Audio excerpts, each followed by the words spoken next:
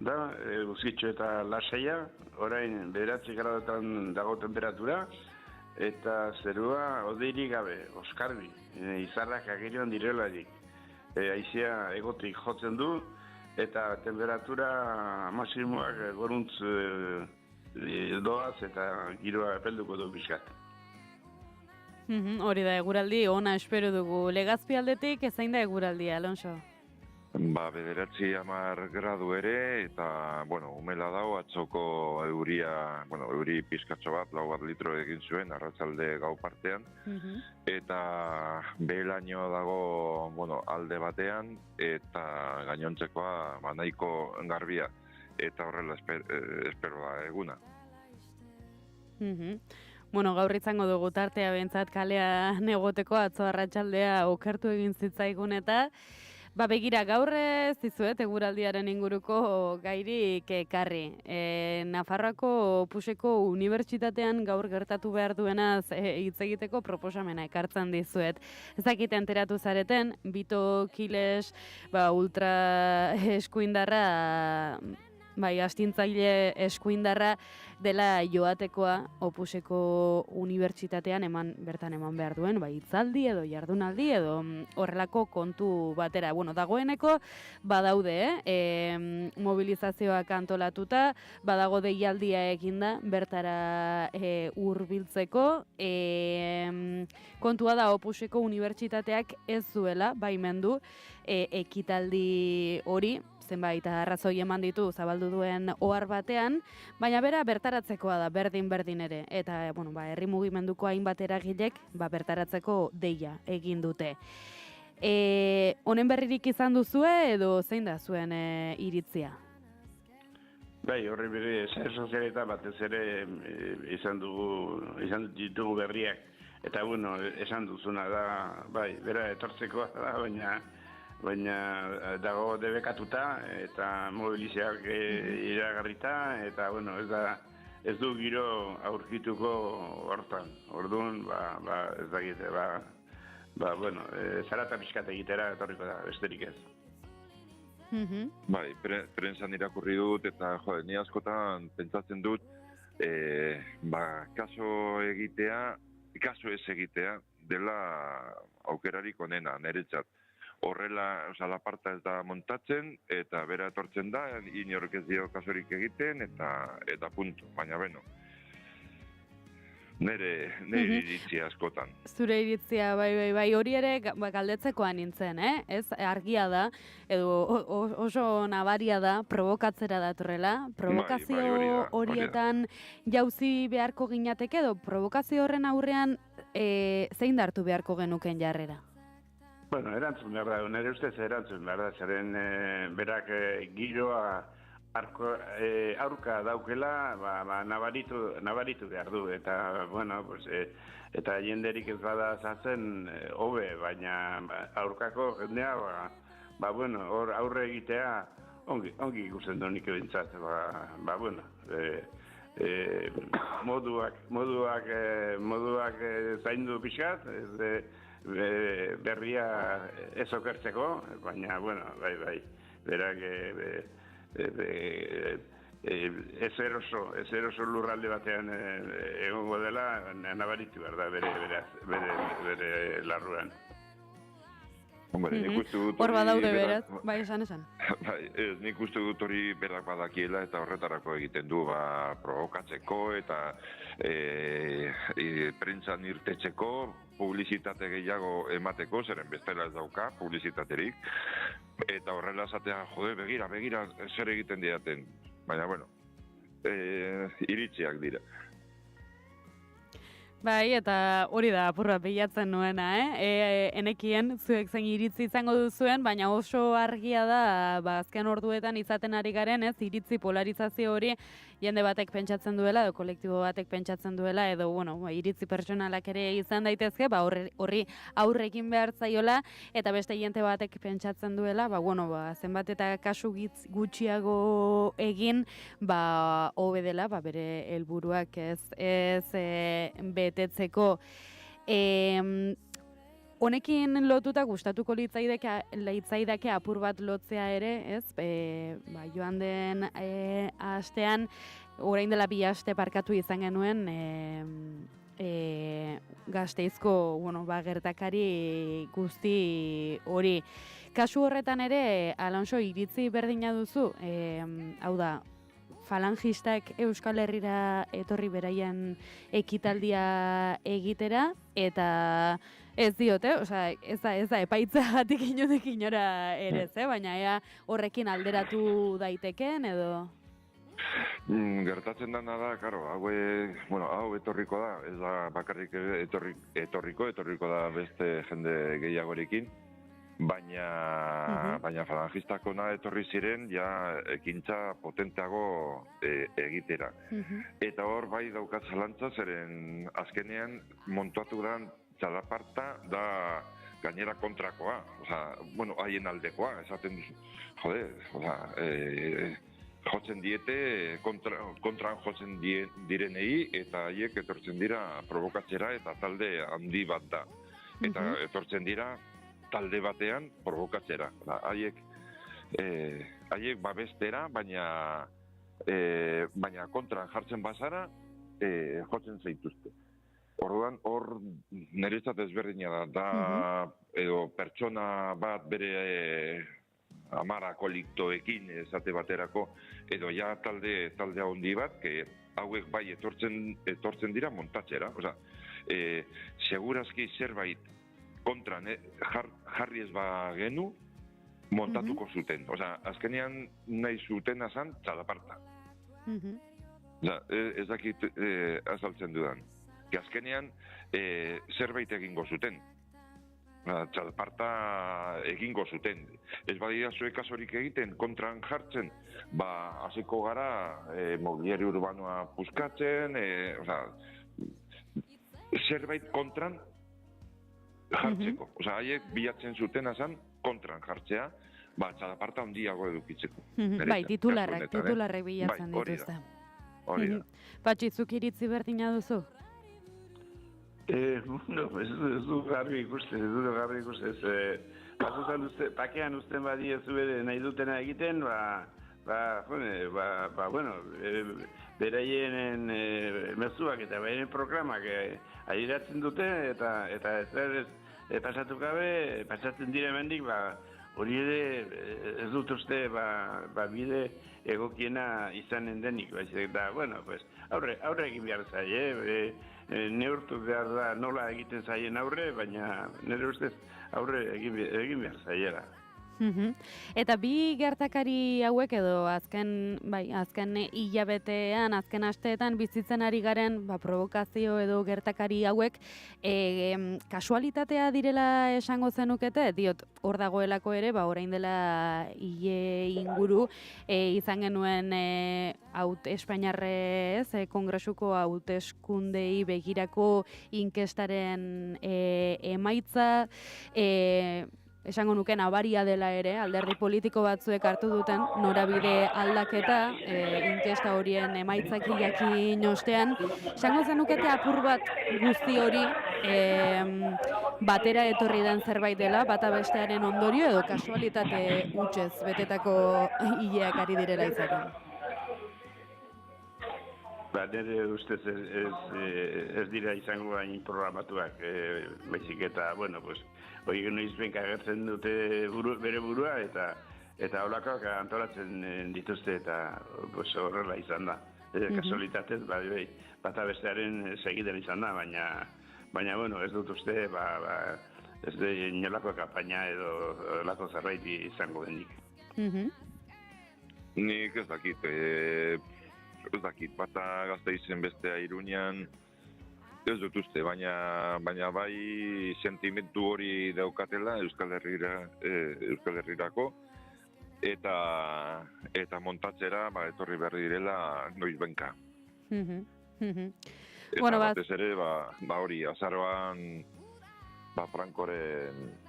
Franko izanean eta guzti hori. Agian horregatik ez dakit, baina ez nago ziur. Bueno, ikusiko dugu. Hurrengo asteetan zertara bilakatzen den giroa edo zein den giroa hurrengo asteetan goizeko 7 eta 17 dira. Galdera intentsoak izan dira gaurkoak, gai intentsoa eta jarraituko dugu, segurazki. Honen inguruan hitz egiten, baina gaurkoan hemen utzi behar dugu. Osteguna, bihar ostirala, ondo pasa asteburua, aprobetxatu gau beltza eta kontu horiek, eta datorren ostegunean izango gara berriro ere. Patxi eta Alonso Frances. Bai, zuk ere ongi pasa. Bai, egun aste ona pasa. Aio. Itxasoak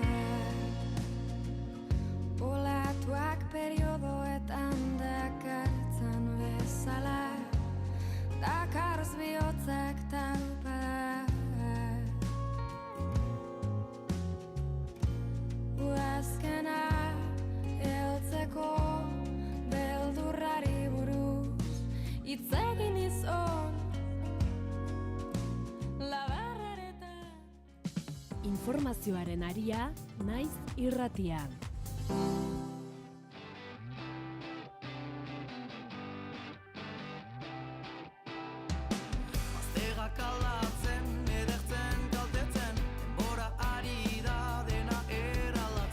Goizeko 7 eta 19 minutu jo berritan guazen ostegunarekin aurrera Iruñeko udaltzaingoak 4 pertsona atxilotu ditu joan den ostiralean Unibertsitateko karparen festaren testu inguruan gertatutako intentsitate handiko sexu eraso baten salaketaren arira.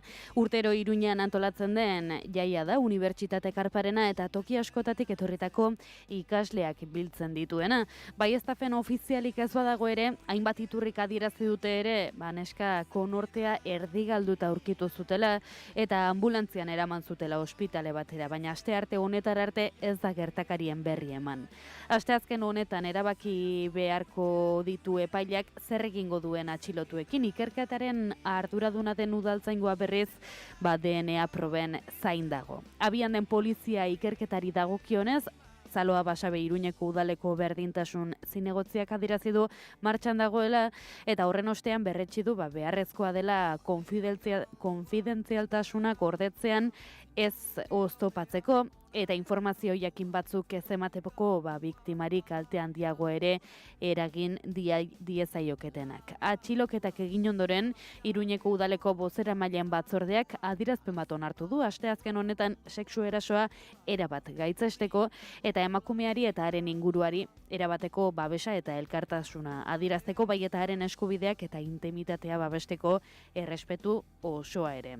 Udalbatzak elkarretaratzei isila egingo du gaur bertan 12etan publikoki eraso horren aurka dagoela adierazteko eta biktimari elkartasuna adierazteko justuki atzo bertan jaso genuen inkesta baten berri inkestaren emaitzen berri Euskal Autonomia Erkidegoan bizi diren 16 eta 85 urte bitarteko emakumeen 47% adierazi du Emakundek egindako inkesta batean noizbait sexu jazarpena jasan duela bikotearen barruan zein kanpoan. Eta erantzun duten emakumeen 11,5%koak adierazi du berriz lan inguruanean jaso duela sexu jazarpena. Zehaztasunak Egoi Belategiren eskutik. Ohikoa edo noizbehinkakoa izan, emakumek pairatzen duten sexu jazarpen sistematikoa neurtzen duen txostenaren ondoriak aurkeztu dituzte asteazken honetan. Bertan izan dira, Nerea Melgosa ongizate gazteria eta erronka demografikoko lakoako sailburua, Miren Elgarresta Emakundeko zuzendaria eta Jorge Aramendi erronka demografikoaren estatistika organoko teknikaria. Txosten hau, normalizatuta dagoen errealitate gordin baten argazkia, baino ez da Melgosa sailburuaren arabera. Emakumeen kontrako jasarpenak baditu 1000 aurpegi eta frekuentzia ezberdin. Leku ezberdinetan eta modu diferentean ematen da. Inkesta honek erakusten digu jasarpearen gure gizartean oso errotuta dagoela. Kasu gehienetan oso normalizatua.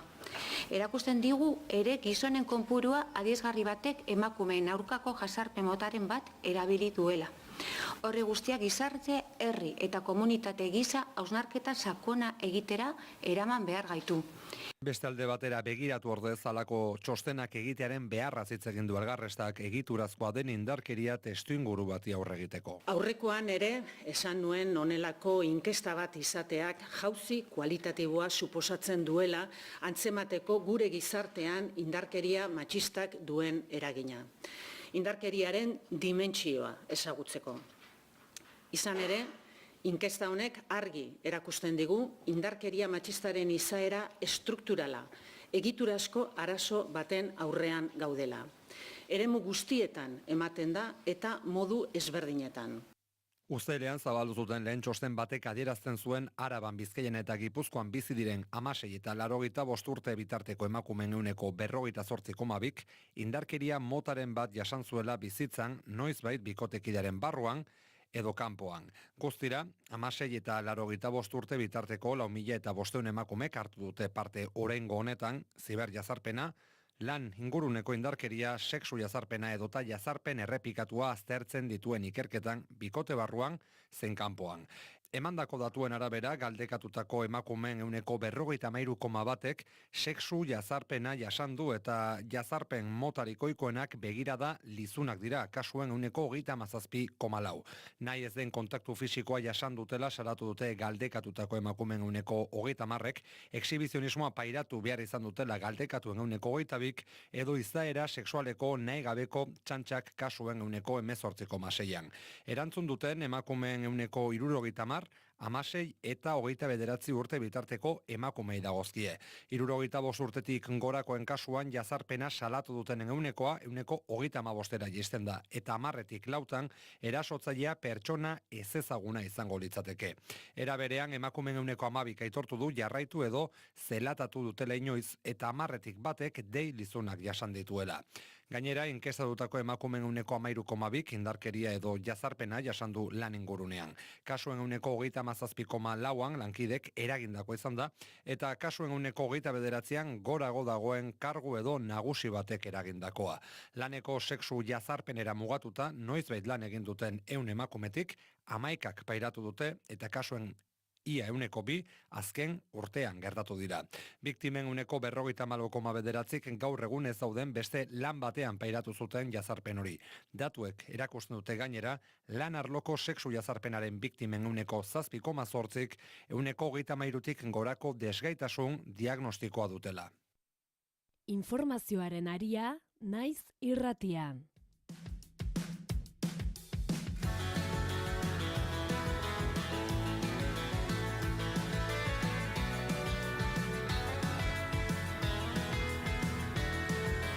Goizeko 7 eta 25 minutu barrurantzko eraldaketa egin nahi du Jon Insausti Donostiako alkate berriak. Asteazken honetan hartu du Eneko Goiaren lekukoa udalbatzorde berezian. Etxebizitza gehiago, segurtasun gehiago, kalitatezko enplegua eta herritarren egunerokotasuna hobetzea. Horiek bere lan lerroak. Duela 2 aste egin zionuko karguari ofizialki Eneko Goiak hamarkada batez hiriburu Gipuzkoarraren lemazaina izan ostean. Orain artean kultura, euskara eta turismo zinegotzia izan den Jon Insaustik hartu du bere lekua, asteazken honetan 36 urte ditu, aldezarrekoa da, eta egun altzan bizi da. Nekarne Artaius Iturriz Andreak EAJ-PNV taldeko zerrendaburuak Donostiako udaleko alkate izateko aukeraketara aurkezteko borondate eza aurkeztu du formalki. Ondorioz, zerrendako hurrengoari ondorengo galdera egiten zaio. Zuk, Jon Insausti Maizterrena jauna, EAJ-PNVko taldeak aurkeztutako zerrendako hurrengo buruzaren aldetik, balduzu borondaterik Donostiako udaleko alkate izateko aukeraketara aurkezteko? Bai, badut borondatea. Insausti izan da alkate aukeratu izateko borondatea aurkeztu duen zinegotzi bakarra. Gainontzeko udaltaldeak ez du proposamenik egin, 14 aldeko bozka behartzituen bere alderdian eta PSeren babesa izan du eta beraz aldeko 13 bozka pilatu ditu. Alderdi bozkatuena izan zen EAJ pasaden udal hauteskundeetan bera izan da hautatua berdin-berdin. Bai, Jon Insaustik 13 bozkaldekoak eta txuriak beste 13, bai? Orduan, botazioak ekarri duen emaitzaren arabera, legezko gehiago osoa atera duen hautagairik ez izatea, Jon Insausti Maizterrena jauna izango da alkatea, eta EAJ-PNV alderdiaren ordezkaria, boto gehien bildu duen zerrendako buru delako. Zin dagizu edo agintzen duzu zure kontzientzia eta horregatikan zintzo beteko dituzula alkate karguak berekin dituen betebeharrak erregearekin leial izanez eta konstituzioa estatuaren funtsezko arau gisa zainduz eta zainaraziz? Bai, agintzen dut. Nekane Arzallus behin-behineko alkatearekin besarkatu ostean txalo artean altxa da Insausti. Eneko Goiak eman dio alkate makila eta besarkada estua eman dute ostean. Alkate eserlekura joan da eta bertatik egin du bere lehen hitzartzea Donostiako alkate berriak. Gaur ere hiria dotore esnatu da, eta norbaitek kaleak jarri ditu. Espaloiak garbitu, gaueko argiak itzali, kafe makinak piztu, autobusak martxan jarri. Eskoletan txirrinak jodu, ambulatorioko batak ireki. Egunkariak liburu... Donostiako alkate berrian, Arro. Arro eta umil hartzen dut alkate makila. Arro, arrotasunez, Donostiako alkate izatea ohore handia delako. Eta umil, alkate izatea ardura handia delako. Belaunaldirik prestatuena garela diote. Lekukoa pasadigute.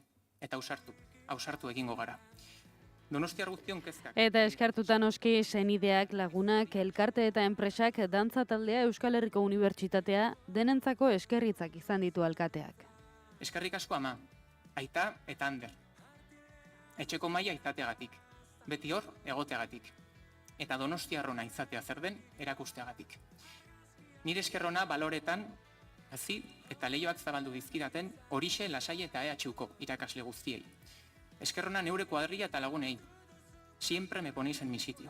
Eskerrona ere, iluntasunean beti piztuta zaudeten, argi horiei.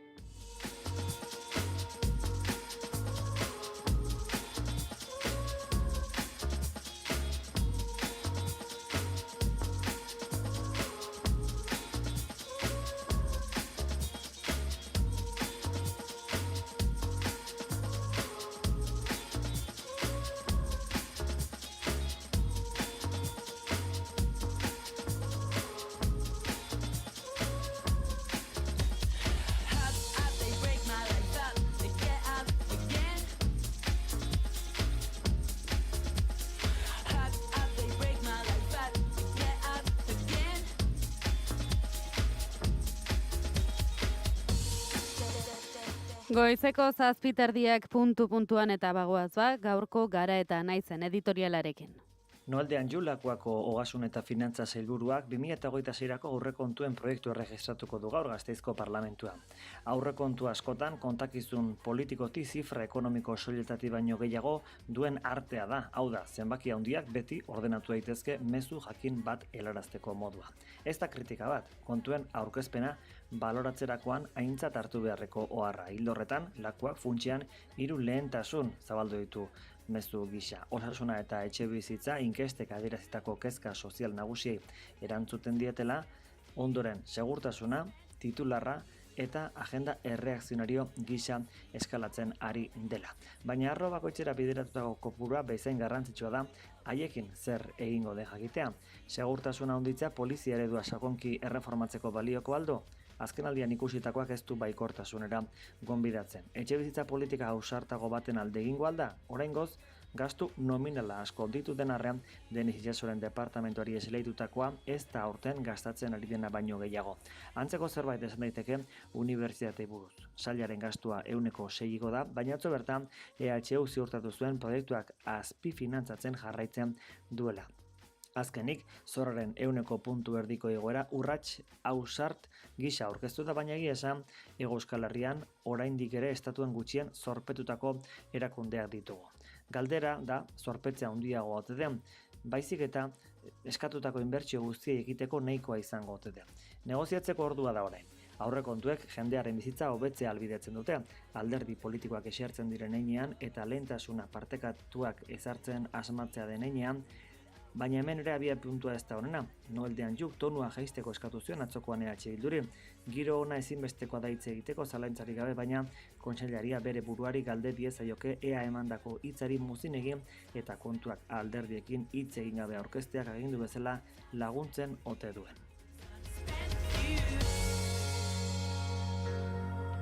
Eta guazen azalen errepasoa egitera. Etxetik hasiko gara egunero bezala gara egunkariaren azala errepasatzen. Argazkia da nagusi gaurkoan. Adin desberdinetako emakume talde bat agertzen da, hainbat gorpuren inguruan, izan ere Israelek sarraski berri bat egin du Gazan, eraildako pertsonen erdia adinez txikikoak direlarik. Bestalde, titular nagusiak zera dio, bengoetxeak ohartarazi duela azpi finantzaketaren ondorioz Euskal Herriko Unibertsitatea paralisira doala, errektoreak adirazi du Lakuako kontuetan aurre ikusitako partidak ez direla erantzuten unibertsitatearen beharrei eta ez duela bultzatzen bikaintasuna. Sindikatuak ere finantzaketak txikiak kritikatu dute.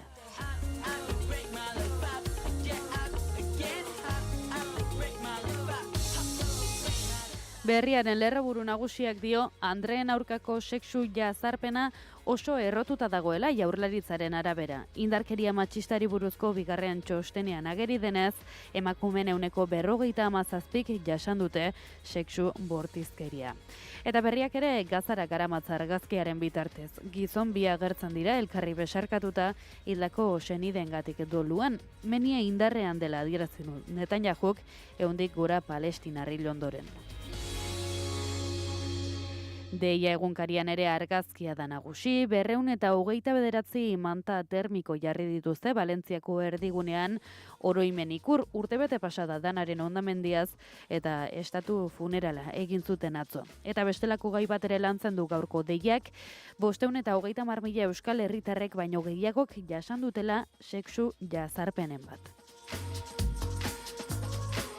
Gipuzkoara goaz, Noticias de Gipuzkoaren titularra Badeiakoaren antzekoa da, 1,5 milioi euskal emakumek sexu jazarpena jasan dutela, baina gutxik salatu dutela dio. Eta argazkian, Jon Insausti Donostiako alkate berria atzoko osoko bilkuran hartu zuen agintea honek, eta argazkian aginte makilarekin berarekin agertzen da. Diario de Noticiasen titularrak dio, danaren biktimek egia eta justizia eskatu dutela eta hiltzailea oihukatu diotela mazoni. Tentsioz betetako estatu funerala egin zuten beraz atzo Valentzian. Eta hartzainbi dira protagonistak gaurko azalean, Javier Saralegi eta Juan Luis Pellejero errelebo eman dio batak besteari gaintzako 500 ardiak zaintzeko. Eta Diario de Navarraren titularrak dio, herrilanetako zuzendari nagusiek belateko teknikari errepresialatua lekuz aldatzea proposatu zuela, kontserbazio zuzendaria Pedro Lópezekin kontraesanean dago beraz parlamentuan. Eta Diario de Navarraren argazkian ere, Valentziako estatu funerala, kasu honetan baina Espainiako erreginak agertzen dira biktimetako batekin. Eta El Correok ere Diario de Navarrak erabili duen argazki berbera eramandu azalera dio, erregeak biktimak ohoratu dituela eta zorroztasuna eskatu duela gertatutakoaren kasuak argitzeko.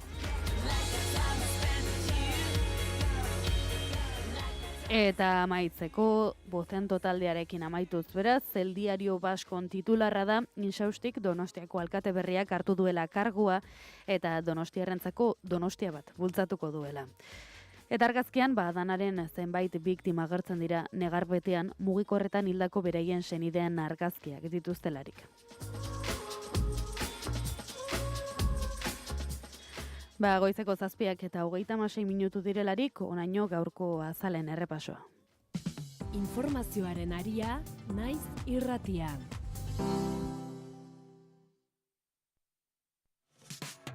Naiz irratian, zure ahots mezuaren zain gaude. Hartu mugikorra, sartu WhatsAppen, grabatu eta bidali 644-632-999 zenbakira parte hartu ahal izateko. Piztu, entzun, Naiz irratia.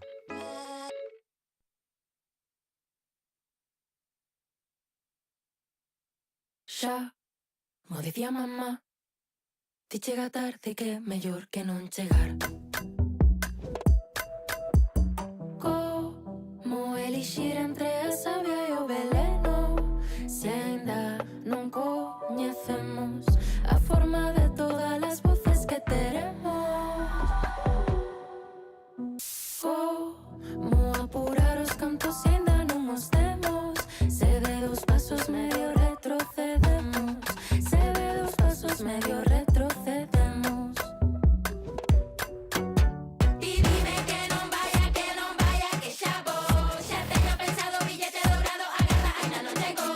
Ti dime que non vaya, que xa vou, xa teño pensado o billete dourado, agarda, aínda non chegou. Se me queres agardarme, se me queres has de volver, se me queres has de saber que somos distintas das que comezamos, todo o que fixemos o que renunciamos. Como elixir entre a savia e o veleno, se aínda non coñecemos a forma de todas as voces que teremos. Pensa como fórmula do capital, pídeme feito 2 veces mal. Queremos mudar a voz e a pelaxe, achar as medidas para un novo traxe. Baixo saio froito co que sementar, só queda hibernarse e achar as medidas para un novo traxe. Para un novo traxe, achar as medidas para un novo traxe. Xa, mo dicía mamá, que chega tarde que é mellor que non chegar.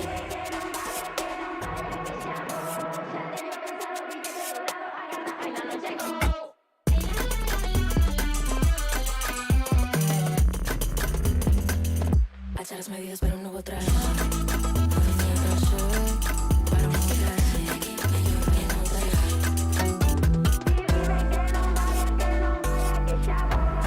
Quero verme feita man, seremos sempre o lugar. Dime que non vaya, que xa vou, xa teño pensado o billete dourado, agarda, aínda non chegou. Dime que non vaya, que xa vou, xa teño pensado o billete dourado, agarda, aínda non chegou. Dime que non vaya, que xa vou, que xa vou, que xa vou.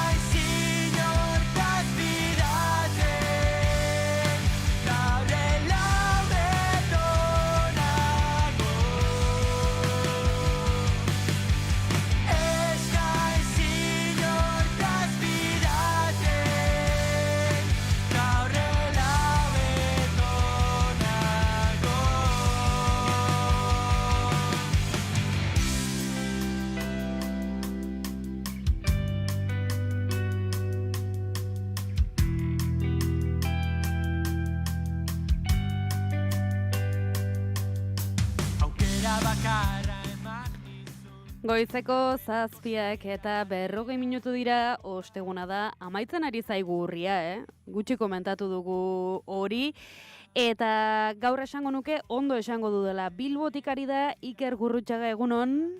Egunon. Eta Donostiatik Jon Tejeria, egunon zuri ere? Kaixo, egunon dizela guztioi. Gaur bai, ondo esanak. Bai. Zer moduz, Iker? Ba, ondo, bueno, uste dut inoiz ez duela tertulia gisa honetara egin, hori azaldu dezakezu gehiago? Mantazpian nago horrein. Aurten ere, Iker, hotel kapsula horretara joan zara? Ez. Aurten zazpikaletan nago esan izut, 200 metrotara nago.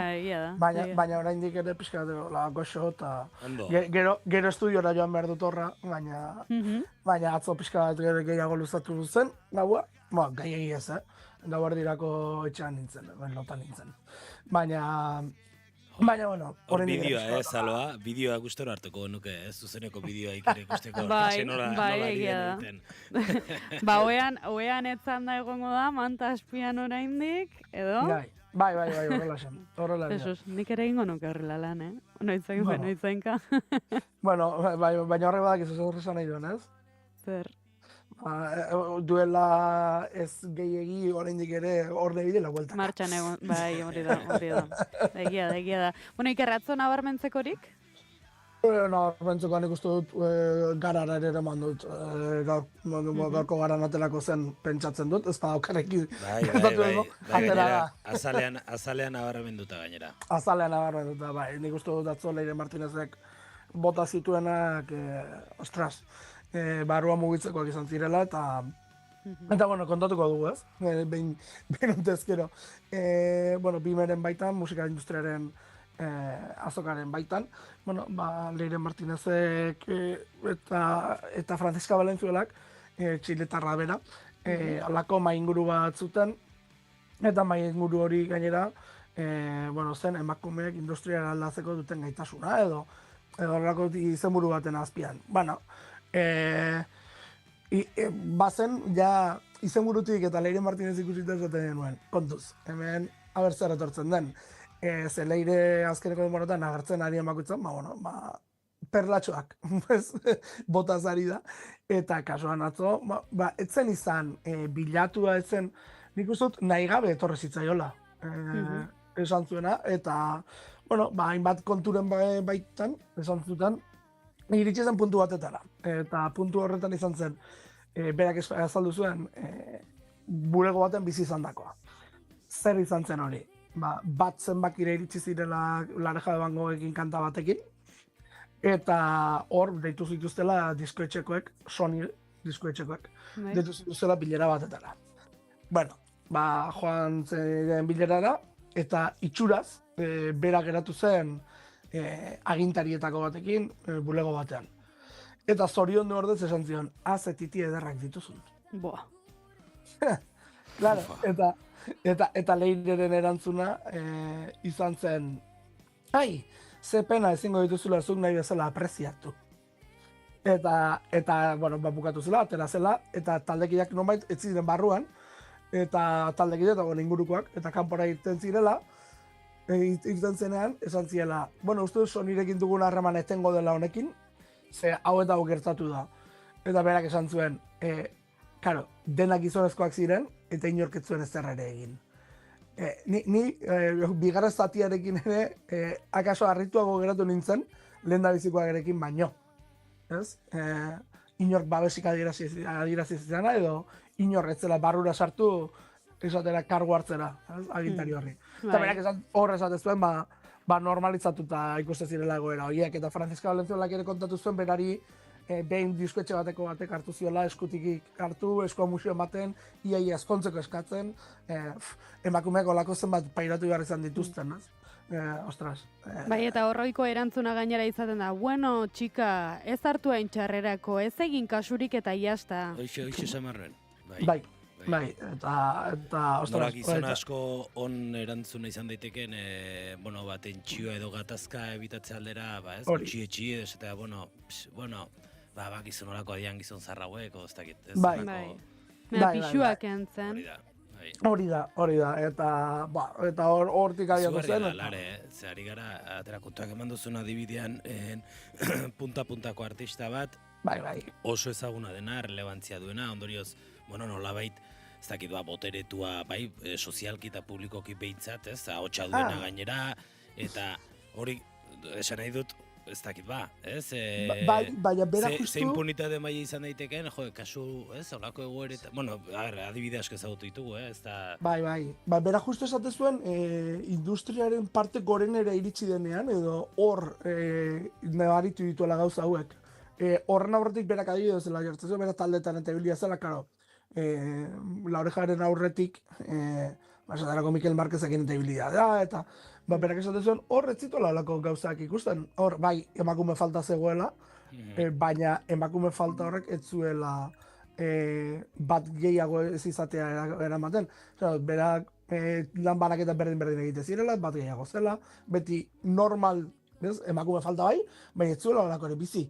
Industrian sartutako gorenera iritsitakoan hor nabaritu zuela. Eta alduntzaren kontuarekin ere esaten zuen, berak dena markaren favoretan egiten zuela. Dena. Eta orain konturatu dela, kanpotik begiratuta, ez dela jendeak ez duela bera ezagutzen, akaso ezagutu beharko luken neurrian, 17 urte horrelako talde batean ibili eta gero, eta bere erabakiak akaso edo bere iritzia orain konturatzen dela etzela aintzakotzat hartzen, bota zituen, bata bestearen segidan, suabe eta hotxik altxa gabe, epelak bota zituen. Eta nik uste dut, denborarekin, akaso gehiago kontatuko duela. Ez dakit, baina kontatuko badu barruan duen guztia, nik uste dut, historio benetan makurrak entzungo ditugula Leire Martinezen adotik. Egia dena, Iker esaten zenunarekin, Euskalduna den neurrian, agian Euskaldunok, ez dakit nik gogoan dute hartu zuenean talde horretan, kantari rola edo, euskara zerkarizketaren batean edo ikusi nuen, eta agian oso irudi ezberdin izan dezakegula guk adibidez, ikusi dugunean, beste motatetako elkarrizketetan edo bere izketan, edo, hori, musikaren industriaren munduan, halako diba itxurarekin edo eraikiden prototipo horretatik soilik ezagutu dezakenarekin alderatuta. Noski baiatz, Google uste dut beste gertutasun batetik ezagutzen dugun pertsona dela alde horretatik, eta gero ikusi dugulako baita ere bestelako lanetan ere, ez? Eta ez dakit, horrak ere noski ere egingo duela. Eta gero berak esaten zuen. Iker eta Mikel Marquez esan duzulako, justu berarekin ere erituzulako, gu badakigulako norden Mikel Marquez, eta beste mundu horretatik ezagutzen dutenek ez, adibidez. Claro, adibidez, bai, eta gero esaten zuen baita ere, berari asko kosta zaiola proiektuaren aurpegi izan dela, azkeneko urteetan. Hau da, taldekideak baino bere gainean jarri dela zamago gainera, ea taldearen bideari eusteko gai zaren. Hori ez de esaten ziotela, eta ez ostras, 17 urte egon naiz, akaso, zerbait egin dut hemen. Niretzako hor dago, Iker, zuke esan duzun, eta da, horrelako kasuetan nahiko klabea, suabe eta hotxik altxatu gabe kontatu du gertatu zaion guztia. Eta zer gertatu zaion, ojo, baina suabe eta hotxik altxatu gabe. Eta hori da emakumeok egunerokotasunean egin behar duguna, egin behar duguna edo inposatzen digutena egitera apur bat ahotsa altxatzen dugunean edo Leire Martinezek apur bat altxatuko baluke ahotsa eta bere epeltasun horretatik irtengo balitzake apur bat, titularrak oso bestelakoak izango ziren eta izango ziren se le ha ido la pinza, histerika, nervioak galdu ditu, zoratzen hasi da, orain Amaia Montero bueltatu denetik ez dakiz zerrekin eta atentzioa deitzen dabil. Hor bazen filma bat ez dut gogoan nola zen, baina justu histeriaren kontua aipatzen zuen, garai batean nola azkenean emakumeek izan ohi zituzten gaitzia denak histeria gisa diagnostikatzen zituzten, eta hortik, eta berdina ez gaitzak esaten zenuen azaloa. Pixka bat olako egoera baten ez dakit, beste ez dut jarreko pareko adibiderik ez delako erreza, baina egoera bortitz batean, beste kasu askotan logiko nahi irudituko litzei gukena, aurre egitea modu eskandaloso batean, nahi baldin bada, kasu honetan, histeriatzat hartuko zen, edo ez dut horre hartu horren, ez da, kontemporizazio... Bai, erabat. Eta, hor gero, beste gauzata gehitu zonia, bimeren magnituda ulertzeko, zenbaterainoko oihartzuna izan dezaken, uste dut, esan eta eguerdirako, Espainiar medio garrantzitsuenetan azaletan zegoela, adierazpen hauek azaletan zegoela, esan nahi dut. Bime, oraindik ere baten batek, euskaldunok eta euskaraz bizigarenok akaso urruneko zerbait ikusten dugu, baina sekulako plataforma bihurtzen ari da eta mundu mailan ere oihartzun handikoa. Hortaz, horrelako toki batean, horrelako zerbait esaten duen bakoitzean, norbaitek, hor dago. Pena da, beti izen erabaten dituzten alakoak, iaz La Furia egon zen alako beste hitzaldi batean, eta La Furia bota zituenak ere, ez ziren makalak izan, feminismoaren eta disidentzien, emakume eta disidenteen aldeko mezu oso potentea joan ziren. Hortaz, urtero dago horrelako panelen bat, eta urtero nintzako intereseko bihurtzen da, pila bat ikasten da. Bueno, eskerrak entzutera joaten zaren, gero guri kontatzeko. Hori da. Ez gaur garako irakurleak irakurreko dute, naizeko gero bai, eta naiz irrateko entzulek gero bai. Hori da. Dena dela, goizeko 7 eta 52 minutu diraia, aprobetxatuko dugu aipatzeko ere oinazaizpuru batu zaigula tertuliara, egun hori. Egun. Ixi eta formal egon da orain arte itxaroten. Entzuten. Bueno, eta beste lako gai batzuk ere aipatuko ditugu. Gaur, azken orduetan izan dugun gertakari, ez da, kurioso baten inguruan hitz egingo du Jon Teilheriak. Bai, albiste izan delako, ez dakit, harritu ere aitortuko dut, harritu ere ez naula harritu, titularra da ertzain batek drogetan positibo eman duela, atxiloketa batean parte hartu ostea, istorioak, pelikula bat egiteko nik uste osagai guztiak dituela, norbait ausartzen baldin bada helduleko polita izan daitekelako, azkar batean esango duguna da, auto batek nolabait ies egiten diela ertzainei, hauen atzetik abiatzen da polizia, atxilotzen dituzte auto horretan doazenek, eta ez dakit zergatik, hori da, ez duguna jakin, kontua da Bilboko udaltzainak sartzen direla tartean, eta Bilboko udaltzainek droga eta alkohol proba egiten diotela ertzain honi, eta positibo eman duela. Eta hortik, nire... Sorpresa. Bai, eta harridura nagusia ere egiten didana da, zer gertatu ote zen udaltzainek ertzain bati droga eta alkohol proba hori egiteko. Jesus. Operazio batean daude, atxilotzen ies egin den auto bat, eta ertzain horrek nola jardun ote zuen udaltzainek alako neurri bat hartzeko, ez dakit, pixka tarraroa. Ikusiko zuten zerbait, ikusi besterik egin beharrez da, furgonetetatik nola irtetzen diren. Baina zaloa, ez dut uste, hau matraia mugitzen ari delako edo begiak azite dituelako egingo diotenik, nahiz eta agerikoak izan, bai, esan nahi dut, egon behar du edo ertzain horrek aurre egin zien udaltzainei, edo horrelako zerbait egon. Egora bortitz bat sortu zen zerbait egon behar du. Bilboko udaltzaina gainera ez dute momentu honetan famarik, lasai eta bare ibiltzeko. Ez, eta hori da, eta interes berezirik ere ez dut uste izango zutenik ertzain baten aurkea egiteko. Ez ziren arkauteko konbibentzien elkarrekin biziko eta horrako. Nik horre esango nuke, atxilotuaren kontrako jarrera bortitzen batengatik baino izango zela gehiago udaltzainan beraien aurkako. Hortara nijoan hori da, zalua hori da. Hori esan eron, ez duela uste atxilotutakoaren aurka edo egiteatik ez erringo zuten, baizik edo udaltzainei izugarrikeriak esaten hasi, edo papela galdu, edo halako egora bortitza sortu bertzela. Bai. Atzo egoik, zegarrabidea, albiste honen tartera. Albiste honen tartera eraman altzuen. Eta bere azalpena izan zen joan, protokolos, horrelako istripu batean, protokolos izan diela alkoholemia. Gero, egia rarua da. De poliziari? Polizia atea itea, protokola aktibatzea, baina berez aktibatu berdela protokola. Baina ez da, bertxio ofizialaren arabera ez da izan ordea istripua bi autoren arteko, alegia iesi egin zuenak jo zuen ertzaintzaren kotxe hori. Hora, pixat, ez dakit pixar raroa. Bolen bizi arraroa hori, bigarrena, azalpena segurtasun sailetik eman duten ustez, ez duela kalean lan egin orain, buleguan egongo dela. Eta hirugarrena hori da, bajan da, hola baino, claro baino, bajan ez, suspendituta egon barko luke ez? Ez dakit. Suspendituta testa egin zuten. Esan edut, lehen aritu gara, gauzatzen nola normalizatzen diren, hau ere, egia da, ez gehituela harritu, denok ikusi diogulako polizia bat baino gehiago hori begiak aterata eta matraile zurra kabitu ezina mugimenduan eta sintoma adierazgarri oso agerikoekin eta ez delako neurri gertzea, baina ez dakipa. Bueno, eta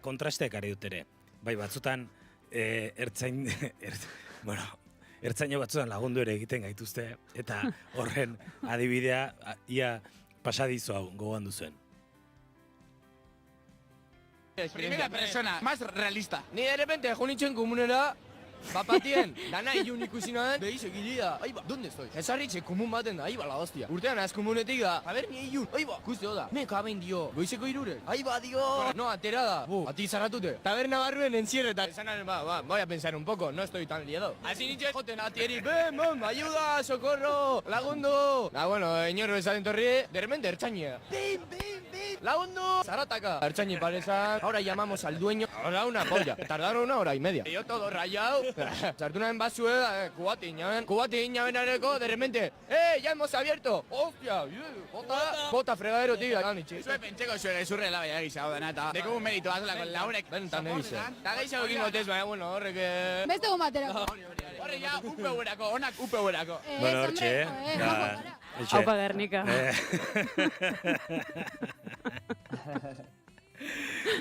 Bueno, drogak eta ertzintza. Horren inguruan pelikula, liburu bat, ez da epa. Zerbait egin marko litzak. Expediente isa bat, ere, ez? Horrenik ez dugu argitu adiz Donostin errekara erori ziren horien ingurukoak. Bueno, historia asko daude, argitzeke. Bai. Bueno, eta gero beste kontu bat, esan duzu baja hartu duela, gero gogoratu, datuak etertzen direnean funtzionariek bajak hartzen dituzte, horrelako zagertatzen direla. Absentismoa, hor da. Bai. Ai. Bueno, ez dakit horren inguruan ez daukazue. Bito Kiles doa gaur Iruñako unibertsitatera. Ez diete baimenik eman, ez? Ja, bai, baina berdin joan egingo da. Joango dela, bai, esan dugu. Bai. Horta saltxe gongo da Iruñan. Seguro. Bai, horri ere, arreraren bat prestatuko dion horritek. Bai, deialdia eginda dago, herri mugimenduko hainbat eragilek egin dute deialdia bertaratzeko. Bueno, ondo. Ea zer gertatzen den. A ber, poliziari droga egiten teste egiten. Bai, edo berari. Edo bere inguruan izango dituen 2 metroko aitonei. Bai. Begira, horre guraldi tertulian aritu gara justo honen inguruan hitz egiten, eta batek esaten zuen aurre egin behar zaiela provokatzera datozenei, eta besteak esaten zuen jota paso egin behar dela, ez zaiela protagonismorik eman behar. Ez dizuet iritzi argirik eskatuko minutu bat geratzen delako. Zaplasteko pare bat, uste dut batzutan. Bai, batzutan. Eman behar denean eman da. Bai. Garaiz ordea. Garaiz. Ez da ja berandu da, baina. Beno, gaurkoan Iker hitz egin dugu, bimez harinago, beraz musika kontuak biharko utziko ditugu, hori da. 20 segundu 8 beraz hemen utziko dugu gaurkoa. Bihar arte. Bihar arte zaloa jo.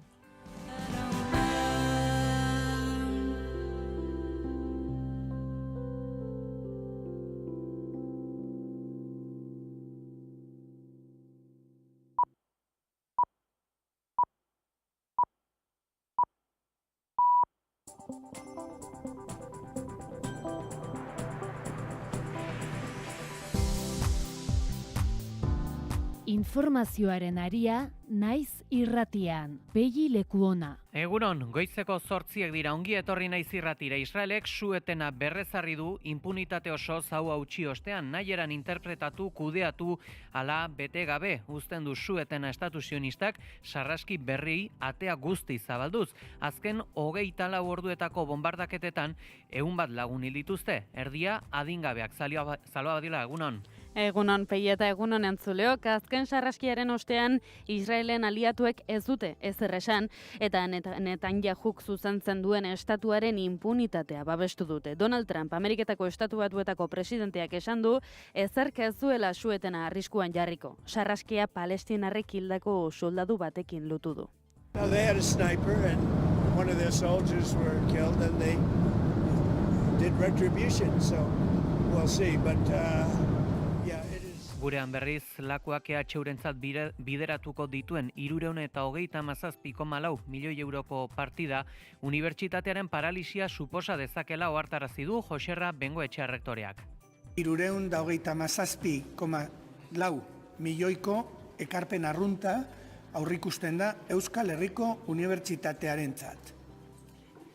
Argi eta garbi esan behar dugu Eusko Jaurlaritzak proposatutako aurrekontu horrek EHUren paralisia dakar. Berriki unibertsitate publikoak jakinarazi zuen, biziraupena helburu izan zedin 607 milioi euro beharko zituela. Aurrekontu proposamenak unibertsitateko langileak prekarietatera kondenatzen dituela gehitu du Bengoetxea errektoreak, eta ez dela erakargarria irakasle berriak unibertsitatera etor daitezen. Bitartean Besteila Sela eta CGT sindikatuek EHUren azpi finantzaketa salatu dute Gasteizko Legebiltzarraren parean. 2026 urterako igoera aurreikusiagon arren losu legeak zehazten duen barne produktu gordinaren 1% helburua izan beharko lukela aldarrikatu dute, eta paraleloki unibertsitate pribatuetara bideratzen diren baliabideak geroz eta gehiago direla salatu dute.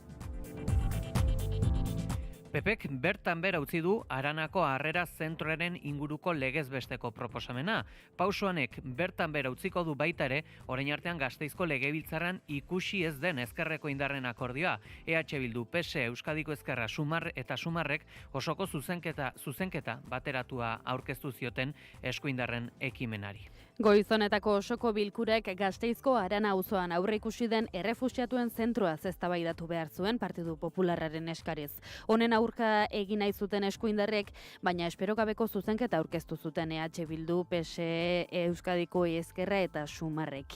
Hiru mugimendu ezkertiarrek giza eskubideen defentsa, herritarren parte hartzea eta instituzioen arteko kontsentsua aldarrikatu behar zuten. Eusko Alderdi Jeltzaleek bestalde beste zuzenketa batera aurkeztu zuen, hori bai, Aranako Harrera gunaea bertan bera uzteko. Eta esango dugu baitare Gipuzkoan, barruranzko eraldaketa eragin nahi duela. Jon Insausti Donostiako alkate berriak asteazken honetan hartu du Eneko Goiaren erreleboa Ezohiko udalbatzan.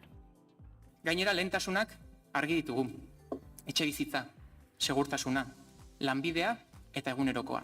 Etxe bizitza gehiago, segurtasun gehiago, kalitatezko enplegua eta herritarren egunerokotasuna hobetzea, hauexek bere lan lerroak.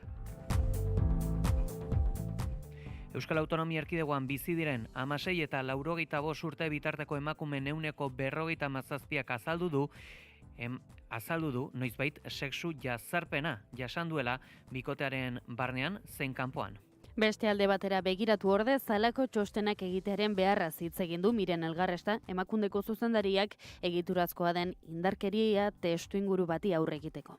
Aurrekoan ere, esan nuen honelako inkesta bat izateak jauzi kualitatiboa suposatzen duela antzemateko gure gizartean indarkeria matxistak duen eragina. Indarkeriaren dimentsioa ezagutzeko. Izan ere, inkesta honek argi erakusten digu indarkeria matxistaren izaera estrukturala, egiturazko arazo baten aurrean gaudela. Eremu guztietan ematen da eta modu ezberdinetan. Eguraldia eta trafikoa naiz irratian. Errepidei dagokienez bada nabarmentzeko jazuerarik? Aparteko arazorik ez errepidetan pegi. Eguraldiari dagokienez esango dugu hodeiak eta ostarteak tartekatuz hasiko dela osteguna, baina ostarteak nagusi ere izango direla eta eguraldi eguzkitsu eta dotorea nagusiko dela egunean zehar. Honela, temperaturek goranzko joera izango dute, 20-22 gradura helduz, hori bai, igoera hori esan beharra dugu, nabarmena izango dela. Orain temperaturak aski freskoak direlako, esaterako Gasteizen 7 gradu besterik ez dauzkagu, Iruñan 8 gradu, 11 gradu Donibane Garazin eta 12 gradu Donostia, Bilbo edota Maulen. Baionan berriz 13 gradu eta dagoeneko eguzkia argiki ikus dezakegu Lapurdiko hiriburuan. Baina hori bai, aldaketaranzko joera ere egongo da, izan ere, ostiralera begira, hodei ugarirekin hasiko da eguna eta okerrerantz joko du eguraldia. Gaurkoa urriak 30 da, osteguna, Larraitz eta Zoteknikan.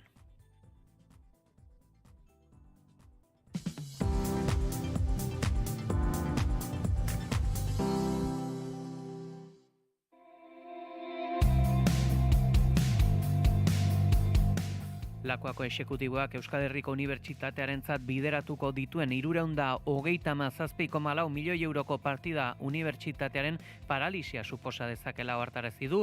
Jose Arra Bengoetxea errektoreak berriki unibertsitate publikoa jakinarazi zuen biziraupena helburu izan zedin 607 milioi euro beharko zirela. 337,4 milioiko ekarpen arrunta aurrikusten da Euskal Herriko Unibertsitatearentzat. Argi eta garbi esan behar dugu Eusko Jaurlaritzak proposatutako aurrekontu horrek EHUren paralisia dakar. Jose Ramon Bengoetxearen iritziz, Lakuako proposamenak ez dio unibertsitate publikoaren egiturazko beharrei erantzuten eta ez dio erantzunik ematen jomuga duen bikaintasunari. Ez diote Euskal Herriko Unibertsitateak dituen egiturazko beharrei erantzuten, are gutxiago bikaintasuna hurbiltzeko. Hots, Euskal Herriko Unibertsitateak dituen premiak ez dira aintzat hartu. Zientzia eta Unibertsitate Sailak iragarritako igoerak ikasturtea galerari gabe isteko besterik ez duela balio kritikatu du. Jaurlaritzak Euskal Herriko Unibertsitatearentzako iragarri duen 6,3ko igoera 19 milioikoa itxurazkoa da. Izan ere, urtea galerarik gabe isteak zurgatuko du kopuru hori. Joan den urteko aurrekontuarekin parekatzea baizik ez da urte amaierako ezoiko ekarpena. Aurrekontu proposamenak unibertsitateko langileak prekarizatzera kondenatzen dituela gehitu du Bengoetxea errektoreak eta dio ez dela erakargarria irakasle berriak unibertsitatera etor daitezen. Langileen soldatari erreparatzeaz gain, unibertsitatearen azpiegiturei ere egindia aipamena kalitatezko unibertsitate batek behar dituen azpiegitura falta dagoela dio. Lakuari proposamena berrikusteko galdegin dio errektoretza taldeak aste honetan bertan azaldu duenez, Euskal Herriko Unibertsitateak jasotzen duen finantzaketa ez da iristen unibertsitate sistemaren lege organikoak ezarritakoaren erdira ere. Hau, Euskal Autonomia Erkidegoko barne produktu gordinaren 1% izango litzateke, 980 milioi eurokoa izango balitzateke. Bala, Besteila, Sela eta Zegete sindikatuak EHUren azpi finantzaketa salatu dute Gasteizko Legebiltzarraren parean. 2026 urterako igoera aurreikusiarren losu legeak zehazten duen barne produktu gordinaren 1% helburua izan beharko lukeela aldarrikatu dute eta paraleloki unibertsitate pribatuetara bideratzen diren baliabideak geroz eta gehiago direla salatu dute ere. Hain zuzen, ontzi indartsua izan beharko lukeela gutxinaka ondoratzen doala salatu dute unibertsitate pribatuaren ontzidia geroz eta handiagoa den bitartean. Metafora honekin salatu dute EHUk Lakuako exekutiboaren partetik jasotzen duen finantzaketa. Sindikatuek formakuntza ikerketa ala ezagutzaren zabalpenerako beharrei erantzuteko adina plantilla ala honen baldintza duinak aldarrikatu dituzte. Informazioaren aria naiz irratian.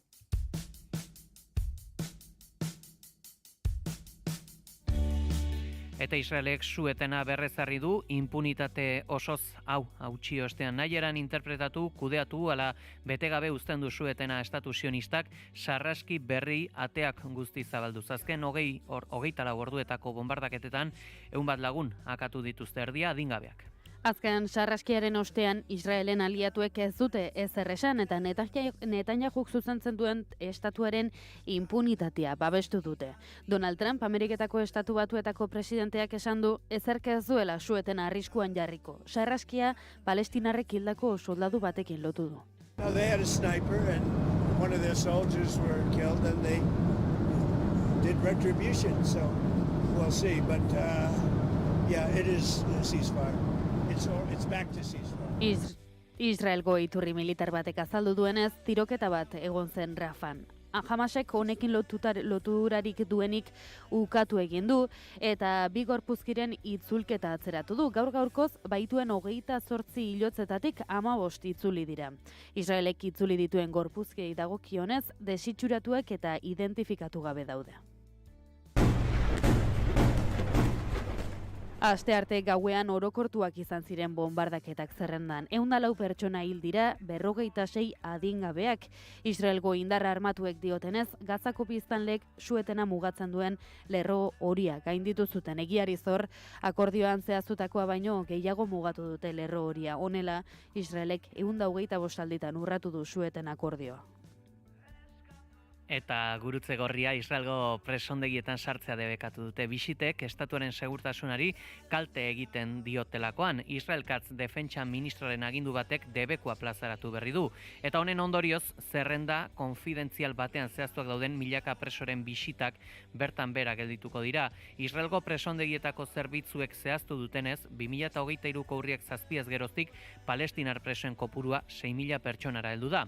Berriz, Adamer presoen sustengurako elkartearen esanetan, 11.000 preso palestinar daude Israelgo espetxetan, erena epaiketari gabe eta 400 adingabeak direlarik. מינימום של מינימום תנאים, אין מרמלדות, אין שוקולד. Azken hilabetetan muturrera eraman dituzte presoen bizi baldintzak. Itamar Ben-Gvir ministroak argitaratu zuen sare sozialetako bideo batean harrotasunez aldarrikatu zituen tratu txarrak eta baldintzak minimoetara murriztu zituztela. Eta Cisjordania okupatuan berriz, Israelek Jerusalem ekialdean eraikinak bota eta berriak eraikitzeko baimenak eten ditu. Hamasek salatu duenez, Israelen politika berria Jerusalengo palestinarren kanporaketan oinarritzen da.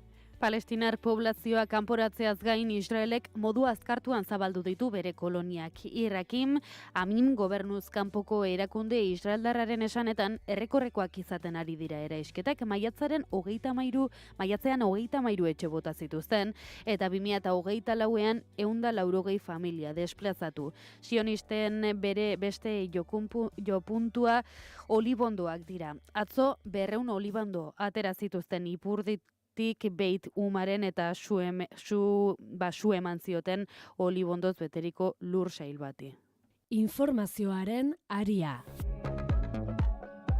Goizeko 8:03 Euskal Herriko politika gintzari dagokionez, barrunanzko eraldaketa eragin nahi du Jon Insausti Donostiako alkate berriak. Asteazken honetan hartu du Eneko Goiaren lekukoa, ezoiko udalbatzan eta etxe bizitza gehiago, segurtasun gehiago, kalitatezko enplegua eta herritarren egunerokotasuna hobetzea, hauexek bere lanlerroak. Duela 2 aste egin zionuko karguari ofizialki Eneko Goiak hamarkada batez hiriburu gipuzkoarraren lemazaina izan ostean. Orain artean kultura, euskara eta turismo zinegotzia izan den Jon Insaustek hartu du bere lekua asteazken honetan 36 urte ditu, aldezarrekoa da eta egun altzan bizi da. Nekarne Artaius Iturriza Andreak EAJ-PNV taldeko zerrendaburuak Donostiako udaleko alkate izateko aukeraketara aurkezteko borondate eza. Gainera lehentasunak argi ditugu. Etxe bizitza, segurtasuna, lanbidea eta egunerokoa. Insausti izan da alkatea aukeratu izateko borondatea aurkeztu duen zinegotzi bakarra. Jon Insausti izan da, alkate berria eta lehentasun izango dira etxe bizitza ala segurtasuna. Hildo hauetan egin ditu bere lehenbiziko iragarpenak eta zehazki aipatu du Auditz Akularren etxe bizitza eraikitzea ala segregazioen ordenantzaren aldaketa. Planteo acelerar la tramitación del Plan General de Ordenación Urbana. Una modificación parcial para construir más vivienda en Auditz Akular. Modificar la ordenanza de segregaciones y cambios de uso para habilitar más vivienda. Segurtasun arloan berriz, ertzaintza eta udaltzainaren amankomuneko komisaldegia sustatuko duela iragarri du. Y este es nuestro modelo. Euskal Polizia, gertuko polizia. Berriz, Miramongo Parke Teknologikoa, iparraldera, hegoaldera, ekialdera eta mendebaldera haztea aurre ikusten du, baita ere, hain zuzen, esku saitzeta, Gipuzkoako poligonorik handiena bilakatzea. Turismoari dagokionez, egonaldien zerga osoki Donostian gelditzea aurre ikusten du, eta berriz oposizioko kidek kargu hartzea zoriondu dute, baina hori bai, ohartarazpena ere egin diote eredu aldaketa eskatuz. Juan Carlos Izagirre H. Bildu, Borja Corominas PP eta Victor Lasa Elkarrekin Podemos. Bai zuk, bai nik eta bai hemen gauden guztiok, badakigu hiri modelo ezberdinak amesten ditugula eta politika egiteko modu ezberdinak ditugula. Zu dagoeneko esan duzu publikoki, orain arte, PNV-PSE gobernuak egindakoarekin jarraitu nahi dezula, eta gu berriz, herritarrekin eta herritarrak lehenetziz egin nahi dugula. acceso a la vivienda es un problema grave. Sabemos que las cosas no se han hecho bien hasta ahora. Nuestro grupo se abstendrá en esta votación con la esperanza de que este cambio no sea solo de nombre, sino también de rumbo. Euskal Herriko politikagintzako bestelako kontuetan esan beharra dugu ere, PPek bertan bera utzi duela Aranako Harrera Zentroaren inguruko legez besteko proposamena. Pausonek bertan bera utziko du orain artean Gasteizko legebiltzarrean ikusi gabeko ezkerreko indarren akordia. EH Bildu, PSE eta Zumarrek zuzenketa bateratua aurkeztu zioten eskuindarren ekimenari. Goiz honetako osoko bilkurek Gasteizko Arana auzoan aurreikusi den errefuxiatuen zentroaz eztabaidatu behar zuen Partidu Popularraren eskariz. Honen aurka egin nahi zuten eskuindarrek, baina espero gabeko zuzenketa aurkeztu zuten EH Bildu, PSOEk eta Sumarrek. Hiru mugimendu ezkertiarrek giza eskubideen defentsa herritarren parte hartzea eta instituzioen arteko kontsentsua aldarrikatu behar zuten. Alternatiba ikusita, PPek bere proposamena bertan bera utzi zuen atzo arratsaldean. EAJak beste zuzenketa bat aurkeztu zuen Aranako Harrera gunea bertan bera uzteko. Eta Nafarroko Parlamentuak gaur bertan bozkatuko den biometanizazio planten moratoria zuzenketari gabe onartzeko deia egin du Sustrai erakuntzak. Erakunde ekologistek urte aldarrikatu duten biometanizazio azpiegiturak Nafarroan ezartzeko moratoriaren eztabaida ostegun honetan helduko da Nafarroako Parlamentura, EH Bilduk geroa baik eta zurekin Nafarroak proposatuta. Hemendik urte batzuetara gerta daitekeenaren beldur moratoriaren testua zuzenketarik gabe onartzea eskatu diete alderdi politiko guztiei. Uste baitute Sustrain izapidetzen ari diren aurkeztu diren edo aurrerago aurkeztu nahi dituzten proiektu guztiak geldiarazteko aukera bakarra dela. Izan ere, jada ageri dira luzapen honekiko zalantzak agertu dituzten alderdiak, PSNek luzapena beraren legezkotasuna jarri du zalantzan. Naiz eta txosten juridikoek bermatu duten moratoria bat ezartzea posible dela, baita jada bian jarritako biometanizazio azpiegituretan ere sesmako adibidez. Eta Tuteran dagoen loien planta erraldoiaren aurkako jarrera azaltzeko ere eskatu dio ekologistak martxanek Alejandro Tokero alkateari. Eskatu diote Tuterarrak defendatu ditzala eta ez dezatela kanpoko loia bertarakarri. Nafarroako depuradoretako lokatza guztien 40% Tuterara eraman eta han tratamentuak egitea aurreikusten duen proiektu bat dago mai gainean. Horren kontra herritarrak mobilizatzen hasi dira eta horren buru alkateak izan behar duela uste du taldeak. Makroplanten kontrako jarrera berretsi du eta toki bakoitzean tratamenturako azpiegiturak eraiki zeman diazaioketela atera bidea. Zortzen den lekuan kudeatu behar dela uste du. Herrigunetik 800 metrora dagoen eremu batean egin nahi dute lokatzak tratatzeko planta nekazal eremu batean. Eta bestelako kontu politiko bat gaurko aurreikusia dena, Opuseko Unibertsitateak Bito Kilesen ekitaldia baimendu ez badu ere, astintzaile ultraeskuindarrak iragarri du gaur Iruñan egongo dela. Nafarroako Unibertsitateak ohar batean azaldu duenez, unibertsitate erakunde gisa kanpusean egiten diren kurrikulumeko eta kurrikulumetik kanpoko jarduerek irakasgai jakin batzuen barnean egon behar dute, eta irakasgai horien arduradunak irakasleak dira ala unibertsitateko agintariek onartutako ekimenak. Adirazi du baitaren Nafarroako Unibertsitatea pluralismorako, elkarrizketarako, eztabaidarako eta ideien eztabaidarako gunea dela, eta ez duela lekurik aktivismo politikoak ala interes pertsonalek. Baina honi erantzunez, Kilesek esan du unibertsitatean egongo dela gaur komunikazio fakultateko atarian. Informazioaren aria Naiz irratian. Goizeko 8 eta 20 Euskal Autonomia Erkidegoan bizi diren 16 eta 85 urte bitarteko emakumen 157 adierazi du emakundek egindako inkesta batean noizbait sexu jazarpena jasan duela bikotearen barnean zein kanpoan, eta baita erantzun duten 11,5% azaldu du berriz lan ingurunean jasan dutela sexu jazarpena. Goibelategi. Ohikoa edo noizbehinkakoa izan, emakumek pairatzen duten sexu jazarpen sistematikoa neurtzen duen txostenaren ondoriak aurkeztu dituzte asteazken honetan. Bertan izan dira, Nerea Melgosa ongizate, gazteria eta erronka demografikoko lakoako sailburua, Miren Elgarresta emakundeko zuzendaria eta Jorge Aramendi erronka demografikoaren estatistika organoko teknikaria. Txosten hau, normalizatuta dagoen errealitate gordin baten argazkia, baino ez da Melgosa sailburuaren arabera. Emakumeen kontrako jasarpenak baditu 1000 aurpegi eta frekuentzia ezberdin. Leku ezberdinetan eta modu diferentean ematen da. Inkesta honek erakusten digu jazarpearen gure gizartean oso errotuta dagoela. Kasu gehienetan oso normalizatua. Erakusten digu ere gizonen konpurua adierazgarri batek emakumeen aurkako jazarpen motaren bat erabili duela. Horri guztiak gizarte, herri eta komunitate gisa hausnarketa sakona egitera eraman behar gaitu.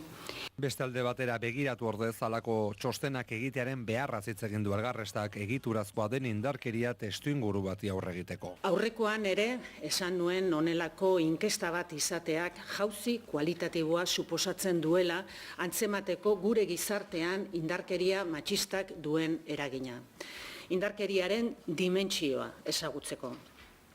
Izan ere, inkesta honek argi erakusten digu indarkeria matxistaren izaera estrukturala, egiturazko arazo baten aurrean gaudela. Eremu guztietan ematen da eta modu ezberdinetan. Uztailean zabaldu zuten lehen txosten batek adierazten zuen Araban, Bizkaian eta Gipuzkoan bizi diren 16 eta 85 urte bitarteko emakumeen ehuneko 58,2 indarkeria motaren bat jasan zuela bizitzan, noizbait bikotekidearen barruan edo kanpoan.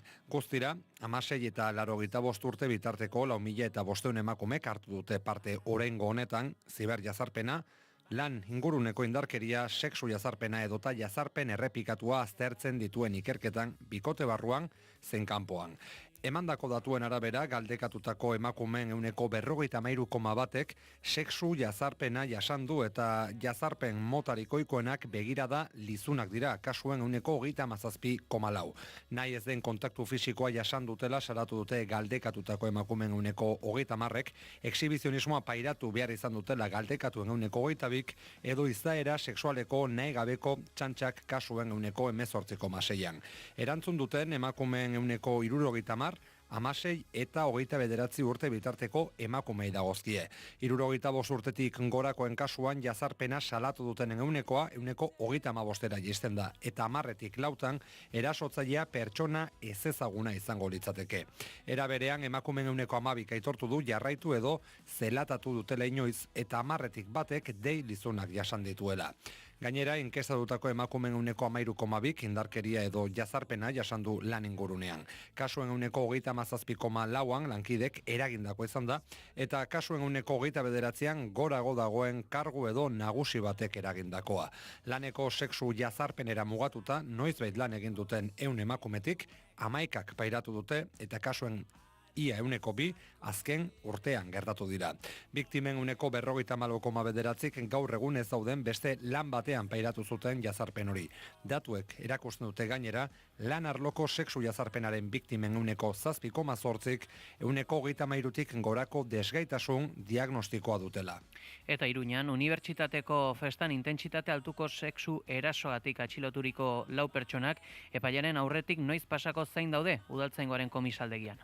Pasadean ostiralean izan zen erasoa Iruñean, unibertsitate jaian udaltzaingoaren esanetan gaueko 10 aldera Amaia Kirol Klubaren inguruan izan zela erasoa dio. Efe agentziak kontzientziarik gabe topatu zutela eta ambulantzian eraman zutela biktima adierazitu. Astearte honetara arte ez da honen berriro jaso, ustez taldean erasotu zuten emakumezkoa.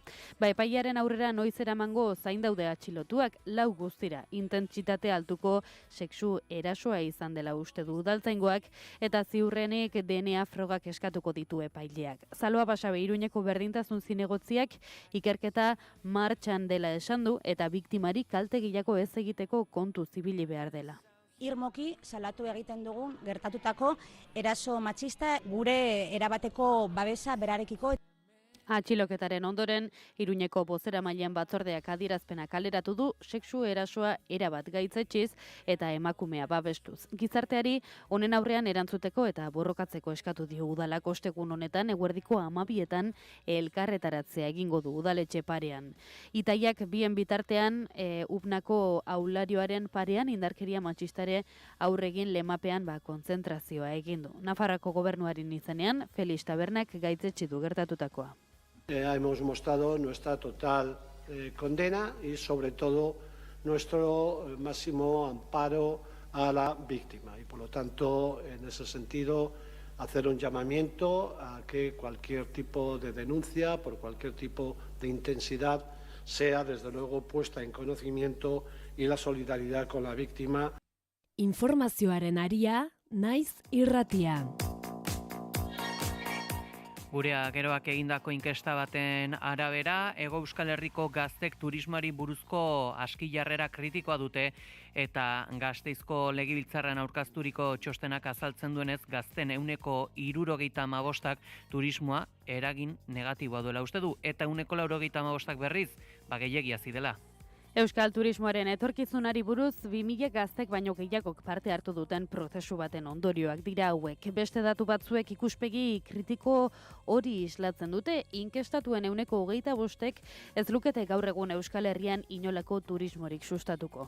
72%ek uste du Euskal Herrian gaur egungo turismo eredua ez dela jasangarria eta 90%ek uste du turismoa dela alokairuaren prezioen igoeraren erantzule, naiz eta gehiengo bat 70% zehazki garapen ekonomiko eta laboralaren faktorea dela onartzen duen. Irudi onena duen turismoa ondare kulturala, gastronomikoa eta landa mota da eta irudirik okerrena ematen duena ordea eguzkia eta hondartzarena. Inkestatutako gazteek ados daude hainbat arlotan eragin negatiboa duela. Etxebizitzarako sarbidea zailtzean 90% uste du turismo apartamentuek gazten etxebizitzarako sarbidea mugatzen dutela. Ingurumenaren eta natur ingurunearen ondatzean, 92%ren ustez turismoak okerrera egiten duela, bizikostuaren igoeran 89%ren ustez Euskal Herrian bizitzeko moduan eragiten duela, edo merkataritza eunean eta ohiko merkataritza eunean.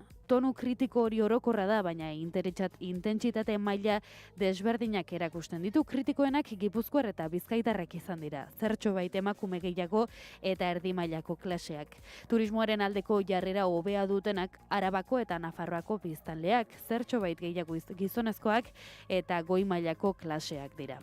Honekin batera, adostasuna dago turismoaren ondorio nahigabeak mugatzeko neurririk garatzeko beharrari buruz, gehienak babes handiarekin. Eta era berean, inkestak gazteek turismo masifikazioa saihesteko asmoz egindako proposamen espontaneoak ere jasotzen ditu.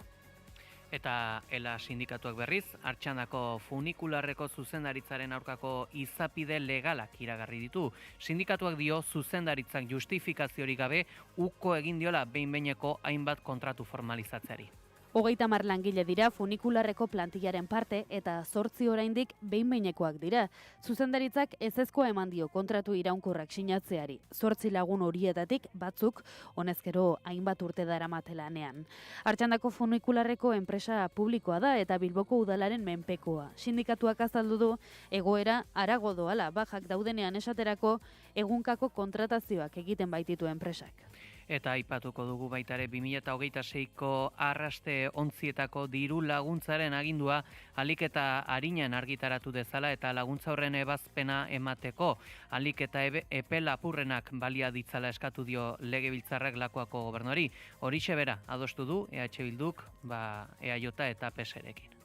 Euskal Herria Bilduren proposamen bati jarraituz, Gasteizko Legebiltzarrak Lakuako gobernuari eskatu dio Bizkaiko golkoan izurdeak babesteko arrastesarekin arrantzatzen duen Euskal Flotaren geldialdia konpentsatzeko 2026ko diru laguntzaren agindua ahalik eta arinen argitaratu dezatela eta laguntza horren ebazpena emateko ahalik eta epe laburrenak balia ditzala. Naiara Fernandez Madariaga Euskal Herria Bilduko Legebiltzarkideak defendatu du eskaria ganberako elikadura, landa garapen, nekazaritza eta arrantza batzordean.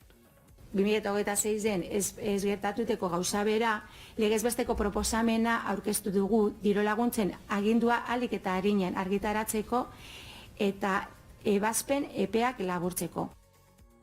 Euskal Herria Bilduko parlamentariak akordioaren garrantzia azpimarratu du armadore eta arrantzale horientzat funtsezkoa baita Jaurlaritzaren laguntzak ahalik eta arinen jasotzea urrira arte itxaron behar izan gabe, aurten gertatu den bezala. Bizkaiko golkoan arraste sareekin arrantzatzen duten 8 metro baino gehiago kontziek urtarrian eta otsailean geldialdea egitagaiti geldialde hori konpentsatzeko diru laguntzak berandu heltzen dira. Urriaren erdialdean, non agindua lehen esan dugun moduan ekainaren 10ean argitaratu zen.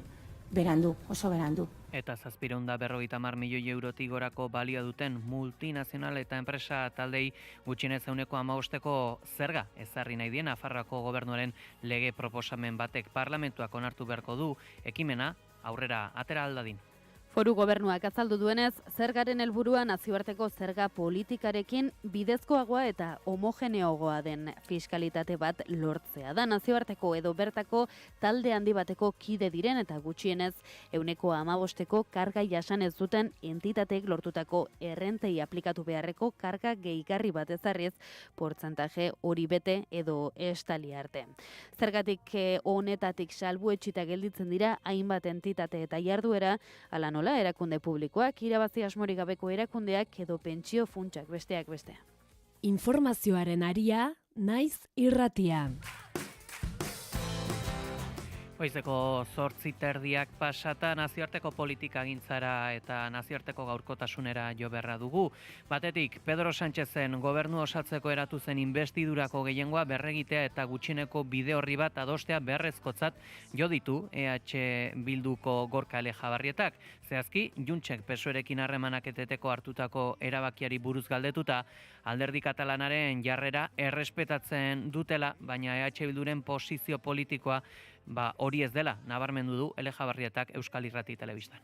Nahiko genuke aukera lehio hau ahalik eta luzeen jarraitzea, aukera lehio hau datozen urteetan ere bai errepikatzea. Gure ustez alternatiba askoz ere txarragoa da gure herriarentzat eta askoz ere txarragoa oro har. Orduan gu lanean gaude eta lanean jarraituko dugu bide horretan. Orain gutxi ibili gara bilerak egiten, aldebikoak egiten, investidura bloke hori osatzen duten alderdi diferente guztiekin. Eta bilera guzti horietan jaso dugun mezua nahiko antzekoa da. Hau da, beharrezkoa dela. Pedro Sánchez gaur bertan senatuan egingo duen agerraldiari buruz ere galdetu diote Elejabarrietari, EH Bilduk ez duela ustelkeria kasu bakar bat ere eta lasaitasun horretatik irmotasuna, ikerketa sakona eta zero tolerantzia eskatuko dizkio Sánchez. Uste du PPk ez duela nahi egia jakita eta ustelkeriarekin errotik amaitzea, gobernu igatzea eta legealdiarekin lehenbailen bukatzea baizik. Hauteskundeak izan dira Herberetan eta bertan eskuin muturrari bizkarra eman diote herritarrek. D66 izeneko alderdi zentristako Rob Jeten da babestuena eta datu hauek behin-behinekoak dira hauteslekuak itxi eta gobernuak emandako sondea. Ipsos izeneko inkestaetxeak hautesleak itxi eta eman dituen datuen arabera D66 demokratak 76 izeneko alderdi zentristako Rob Jetenek jaso ditu bozkak egin. Hauteskundeak aurreratu ezusteko eman eta bazterrean geratu da Geert Wilders askatasunaren alderdikoa. Naiz eta babesa galdu eskuin muturreko Wilders jotzen zuten irabazle. Pasaden uztailean honek eroriarazi zuen gobernua.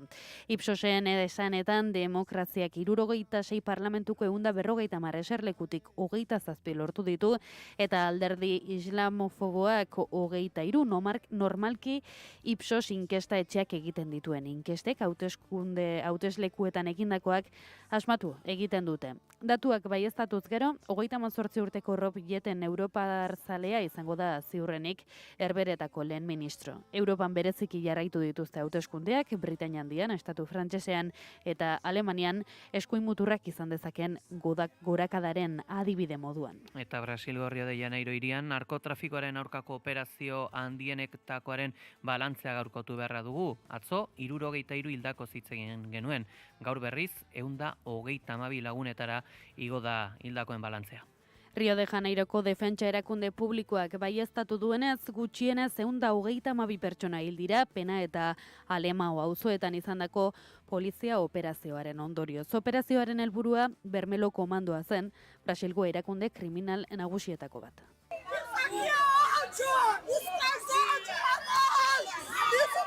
Kasu batzuetan hilotzak kale erdian pilatu dituzte auzotarren aurrean. Rio de Janeiroko estatu historiako polizia operaziorik hilgarriena da dagoeneko, eta testuinguru desberdin batean gertatu batzen ere, 1982an Sao Pauloko Karandiru espetxean egindako sarraskia ere gainditu du. 111 preso hil ziren orduan eta Brasilen poliziaren indarkeriaren simbolotzat jotzen zen. Pena eta Alemao auzoetan gertatutakoak ordea marka guztiak apurtu ditu eta indarkeria sistematikoaz gain poliziaren prestaketa eskasa utzi du agerian. Hala, armak eskuan polizia eta militarrak etortzerakoan tiroketak izan dira. Rioko alkateak esan du, hiria ezin dela talde kriminalen esku egon eta albiste faltsuak zabaltzen ari direla aipatu taldea. E não vai ficar refém de grupos criminosos que buscam espalhar medo aí pelas ruas da nossa cidade. Eu determinei a todos os órgãos municipais que mantivessem funcionamento. Eta aipatuko dugu baitaren Melissa urakanak indarra galdu duela Haiti eta Kubatik igarostean. Orain berriz, Bahametarako bidean da, bigarren kategoriara jaitsi da honen indarra, eta oraingoz herrialde txiro den Haitin gutxienez 21 hildako eragin ditu urakanak, 10 umeak. Bestalde, Jamaikako gobernuak irla eremu kaltetu izendatu du. 5. kategorian jo zuen lurra 300 kilometro orduko urakana izan da, eta azken 90 urteetako ekaitzik gogorrena, Kuba ere jodo urakanak indarra zertxo bait galduta baina. Uholdeak eta kalteak izan dira, eta 735.000 lagun atera behar izan dituzte euren etxeetatik, bereziki Santiago, Holguin eta Guantanamo provintzietan izan da eragin handiena. Orain, Bahamak pasata, Bermuda seruntz joatea aurre ikusten da, indarre galdu du, baina eurite handiak espero dira. Eta LAB sindikatuak Euskadi Kuba elkarte eta Euskal Herrian bizi diren beste kubatar batzuek sustatutako kanpaina solidarioari esker, uhartera bidaltzeko 5 tona material biltzea lortu dute, bereziki medikamenduak. Hain zuzen ere, mota guztietako medikamenduei betoa ezartzen die oraindik, Ameriketako Estatu Batuen blokeoak baita parazetamola bezalako oinarrizko medikamenduak ere. Hain zuzen, Milagros Azea, Sierra Maestra Euskadi eta Desembarko en Granma elkartetako kide eta Amanda Berrone LAB sindikatuko kideak entzungo dugu. Bueno, los materiales que estamos recogiendo, bastante material sanitario, como sonda, como, todo lo que tenga que ver con material sanitario y de distintas, de distintas especialidades, así sea de oncología, de nefrología y también equipos. Y por eso, desde el sindicato LAB, aunamos fuerzas, aunamos nuestra voz para denunciar, ¿no?, que el bloqueo es un crimen, ¿no?, en contra de toda la humanidad, violando todo el derecho internacional y los derechos humanos, un bloqueo que incluso el año pasado, ¿no?, a nivel de derecho internacional se reconoció como un crimen de lesa humanidad. Orain materiala sailkatu eta bidaltzeko prestatuko dute. Eta goizonetan ere Afrikari ere begira gabiltza, Sudango paramilitarrek Alfasher izeneko amatasuneri etxea erasotu eta 460 pertsona hil ditu paziente eta senideak barne. Igandean Darfur hiriaren kontrol hartu zuten 18 hilabetez inguraturik izan ostean. Sudango gobernuak egoera tragikoa dela ohartarazi du eta gerra krimenak ari direla egiten. Igandeaz geroztik 2000 lagun eta 2000 lagun hil eta ospitaleko pazienteen kontra egitea onartezina dela esan du. Medikuak baitu eta hil, oheetan zeudenak tirokatu edo janaria prestatzen ari zirenak erail. Milaka desplazatu jasotzen zituen Alfasher ospitalak eta inguruak Sudango armadaren mendebaldeko gotorlekua zen. 2023an Arabiar Emirerrian eta mertzenarioen laguntzarekin gobernuaren kontrako talde paramilitarra martxan hasi zen, orain Darfur osoa kontrolatzen du.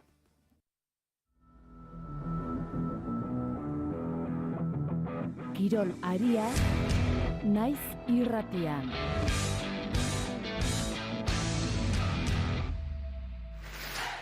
Eta goizeko 9:20 gutxitara heldu garela, kirol kontuak aipatzeko tenorea, nagusiki Errege Kopa.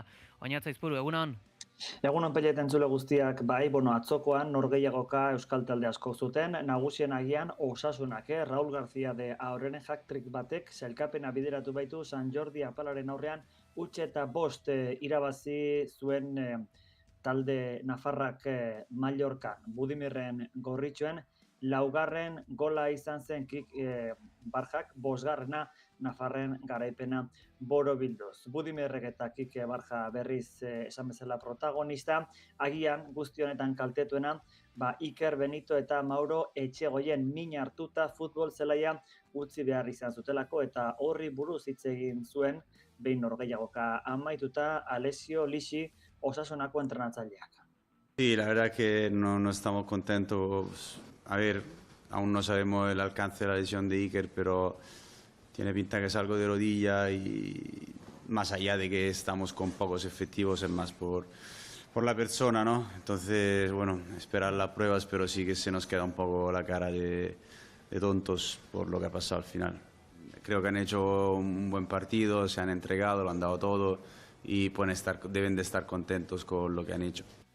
Eibarre bestalde Errege Kopako lehen kanporaketa lortu zuen sailkapena, Luis de la Fuente Aroko futbol zelaian Axari 2 eta 4 irabazita Martoneko 20. minutuan ireki zuen markagailua ondo lotutako jokaldi baten ostean atxeden aldiara iritsi aurretik, Peruno Laskoainek alde handitu zuen penalti puntutik. Naiz eta Naxarak atxeden aldia baino lehenago tartea moztu zuen, armagilen nagusitasuna etzen arriskuan egon partida osoa. Eta Portugalete berriz Errege Kopako 2. kanporaketarako salkatu da eta Arenas eta Mutilbera txapelketako lehen kanporaketan lehiatik kanpo geratu dira atzokoan. Hain zuzen ere, Portugalete Valladolid mendean hartu du, 1-0, Arenasek Numantziaren kontra galdu du 3-0, eta Mutilberak ezin izan du Zarragozaren kontra irabazi, 1-3 galdu baitu honek. Eta azkenik Pelli kirol kontuetan, saskibaloiko kontua ditugu, Bilbao Baskete, Zurne Bilbao Basketek Kutaisi 2010ko taldea jipoitu bai du, Georgian atzo arratsaldean Tbilisiarena jokatutako FIBA Europakopako 3. jardunaldiko partida. Bilbao Basket agintzen hasi zen markagailuan eta kantxako partidako lehen segundotik hala beltzezko gizonen saskiratze jaialdia 15-21ko markagailu utzi zuen lehen laurdenean. Bigarren laurdenean dinamikatzen aldatu, are eta gehiago aldea atxeden aldira aldegatzerakoa. Ondoren nagusitasunarekin iritsi zen, eta gauza bera, azken laurdean ere, historiarik gabeko norgehiagoka. 72-113 Bilbao Basketek sekula sartu dituen saskiratze gehien. 113 puntu lortu bai ditu partida bakarra. Horixe beraz Pelli. Guzti hauekin gelditzen gara, eskerrik asko Oñat. Bai, gero arte. Usurbil bizi. Gozatu zumetaren muralaz, artelanez betetako kalez. Murgildu gerraren memoria ibilbidean eta Usurbilgo sagardoaren kulturan. Ezagutu Elizako organo eta erloju paregabeak, kontsultatu bisita gidatuak. 650 usurbilbizi.eus. Usurbil turismoa, beste mundu bat posible da. Euskotrenek jakinarazten du. Benetako lurruntren batean bidaiatu nahi duzu, zatoz Azpeitiko Euskotren Museora. Irterak larunbat igande eta jaiegunetan astelenetan izan ezik. Gozatu familian bidaia astezin batez. Informazio gehiago museoa.euskotren.eus. Euskadi ondo mugitzen da. Euskotren, Eusko Jaurlaritza.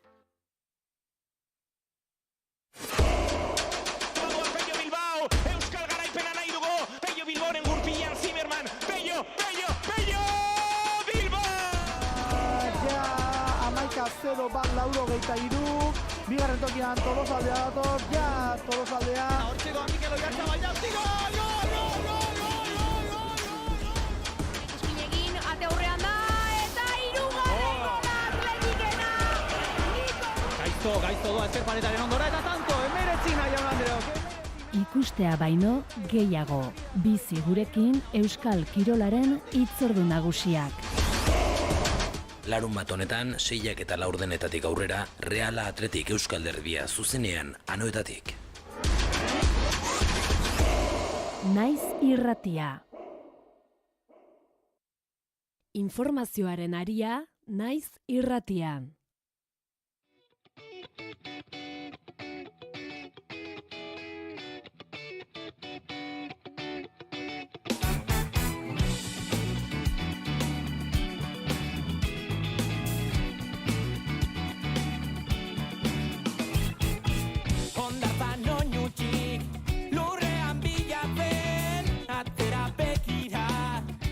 Goizeko 9:00 gutxi heldu zaigu, ostegun goiz honetan ere analisi mailaren tenorea eta gaurkoa kazetarien txanda izango da. Gurekin dauzkagu eldiario.eseko Maialen Ferreira eta Berri Egunkariko Josu Alberdi, egunon? Egunon. Egunon bai. Geroxeago ere batuko zaigu, naiz eta garako Iker Bizkarbuenaga, baina hasteko Maialen eta Josu, jakin nahi dugu, zer modu zaudete? Oso ondo, hemen dana komentatzeko prest. Hori da, ondo, este aurrera doa eta ondo. Jarrera paregaberekin etorri zarete orduan, ez gera kexatuko. Eta aipatu beharra dugu, gaurko gara egunkari hartuz gero albiste nagusi dena, Lakuak Euskal Herriko Unibertsitatearentzat bideratuko dituen 337,4 milioi euroko partida unibertsitatearen paralisia suposa dezakela ohartarazi du Joxerra Bengoetxea errektoreak berriki unibertsitate publikoak jakinarazi baitu biziraupena helburu izan ez dadin 607 milioi euroko beharko zituela. 337,4 milioiko ekarpen arrunta aurrikusten da Euskal Herriko Unibertsitatearentzat. Argi eta garbi esan behar dugu Eusko Jaurlaritzak proposatutako aurrekontu horrek EHUren paralisia dakar. Jose Ramon Bengoetxearen ustez, Lakuako proposamenak ez dio unibertsitate publikoaren egiturazko beharrei erantzuten eta ez dio erantzunik ematen jomuga duen bikaintasunari. Ez diote Euskal Herriko Unibertsitateak dituen egiturazko beharrei erantzuten, are gutxiago bikaintasuna hurbiltzeko. Hots, Euskal Herriko Unibertsitateak dituen premiak ez dira aintzat hartu. Zientzia eta unibertsitate sailak iragarritako igoerak ikasturtea galerarik gabe ixteko besterik ez duela balio kritikatu du. Jaurlaritzak Euskal Herriko Unibertsitatearentzako iragarri duen 6,3ko igoera 19 milioikoa itxurazkoa da. Izan ere, urtea galerarik gabe ixteak zurgatuko du kopuru hori. Joan den urteko aurrekontuarekin parekatzea baizik ez da urte amaierako ezoiko ekarpena. Aurrekontu proposamenak unibertsitateko langileak prekarietatera kondenatzen dituela gehitu du Bengoetxea errektoreak eta dio ez dela erakargarria irakasle berriak unibertsitatera etor daitezen. Langileen soldatari erreparatzean gai unibertsitatearen azpiegiturei ere egin die aipamena kalitatezko unibertsitate batek behar dituen azpiegitura falta dagoela dio. Jazoera honetaz gehiago jakiteko gurekin da, Estitxu Garai, Euskal Herriko Unibertsitateko Bizkaiko kampuseko eta komunikazio errektore ordea, egunon? Egunon. Bengoetxea errektoreak paralisiaz hitz egin du, ez da edonolako hitz hau, zer esan nahi du honek, testuinguru honetan? Hitz gogorra da, baina uste dugu errealitatea ondo deskribatzen duen hitza dela. Ez pentsabete? Bai, parkatu. Hitz gogorra da, baina uste dugu realitatea ondo deskribatzen duen hitza dela. Egia da unibertsitatea hauteskundetara aurkeztea erabaki genuela urrats hori ematea egoeraren larritasuna aintzat hartuta, baina behin unibertsitate kudeaketan hasita konturatu gara errealitatea espero baino gordinagoa ere badela. Horre, berriki ere izan zarete alderdi politikoekin negoziatzen, hitz egiten, 2026 urteko unibertsitatearen aurrekontuaz. Ez dakit, jakinarazi zen bilera horietan Lakuak proposatutako diru kantitatea 337,4 milioi eurokoa izango zela? Ez ziguten jakinarazi, komunikabideen bidez jakin genuen, eta egia da alderdi politikoi aurkeztu geniela ez bakarrik gu behar genuen kopurua, baizik eta zehatz, mehatz, zertarako behar den, lan handia egin dugu premien katalogazioa eta kuantifikazioa egiteko, eta egia esan alderdi politiko gehienen erreakzioa izan zen harridura ikusita egin zuzen ere zelako premiak dauzkagun eta zelako larri dauzkagun zerbitzu asko. Adibidez, azpiegituren egoera ez da azaldu behar, ikusi egiten da, eta nik gonbidatuko nuke dozein Leioako kampusera etor dadin. Benetan instalazioak iritsi dira egoera batetara unibertsitate publiko baten onargarria izan beharko ez litzatekeena, baina gero badaude beste kontu asko hainbeste ikusten ez direnak.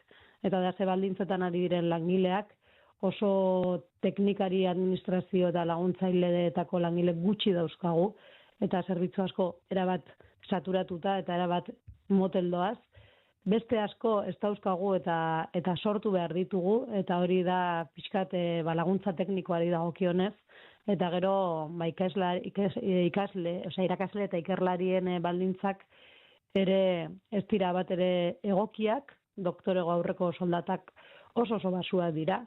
Momentu honetan doktore aurreko ikerlari batek diru laguntzak, subsidioak eskatzen ditu bazterketa egoeran dagoen persona konsideratzen delako, eta emantzipa edo gaztelagun edo horrelako laguntzak ematen zaizkie, eta gero dauzkagu irakasle ikerlariak. Non une honetan unibertsitateko poltsa askotan lan poltsa askotan jendea topatzea zaila den, hain zuzen ere sarrerako soldatarengatik. Gure ustez parekatu beharko litzatekena funtzio publikoko langile publiko guztiekin, kasu honetan Eusko Jaurlaritzakoekin. Ze konparazioa erreza da ikusten batxillergoko irakasle batek sarreran kobratzen badu 2.600 euro inguru, unibertsitatean 1.900 izango lirateke. Orduan, baldintza horietan, ez da raroa jendeak beste aukera batzuk hobestea, eta batez ere alor batzuetan, momentu honetan lan merkatuan, hortik gorako aukera asko ere badauzkatenean. Eta testu inguru hau plazaratzen diezunean alderdi politikoei, zer erantzuten dute, zein izaten da beraien erreakzioa? Bueno, bildu ginenean alderdi politiko guztiek ulertu zuten, adierazi ziguten, harriduraz ikusi zuten egoera eta galdera errepikatzen zen, ez da nola iritsi da unibertsitate publikoa egoera honetaraino. Digitalizazioan ere beste erronka handi daukagu, tresna oso zarrekin ari garelako, eta beste prozedura asko ez daudelako digitalizatuta, eta eskuz egiten dira zuzenean. Orduan, reakzioa izaten da, benetan harridura, eta babesa. Gu bildu ginen alderdi guztiek babesa adierazi ziguten, guk eskatu genien, oraindik ez denuen ezagutzen aurrekontuen kopurua, unibertsitateari zegokiona, eta eskatu genien mesedez, orain zuzenketen fasean, ikarpenak egiteko, eta noski gobernuan dauden alderdi biei eskatu genien, unibertsitatearen aurrekontua hurbiltzeko eskatzen genuenera, gogoratu behar dugu, badagoela lege organiko bat, estatuan eragina daukana, unibertsitate sistemaren lege organikoa uslo, eta hor erreferentzia asko zenbaki bat jartzen zaiola unibertsitate finantziazio publikoari, eta da barne produktu gordinaren 1%. Jendeari eskatzen zaiona asko iruditzen bazaio, gure kuantifikazioa aurrengo urterakoela 607 milioi, gogoratu behar dugu barne produktu gordinaren 1% unibertsitateari eskainiko balitzaio, 980 milioi diburuz arituko ginela hizketan gure zenbakia, baino askoz handiagoa den kopurua, eta azkenean hitz egiten ari gara referentzia hori dela, lurralde horrek ze lurralde mota izan nahi duen, zenbat eskaini nahi dion jakintzari, zientziari, unibertsitateari, horrek ere etorkizuna proiektatzen duelako. Horra zuzen, hitzaurre horretan aipatzen da, legearen hitzaurrean aipatzen da 1%, zentzu honetan erreklamaziorik edo gauzatuko duzue?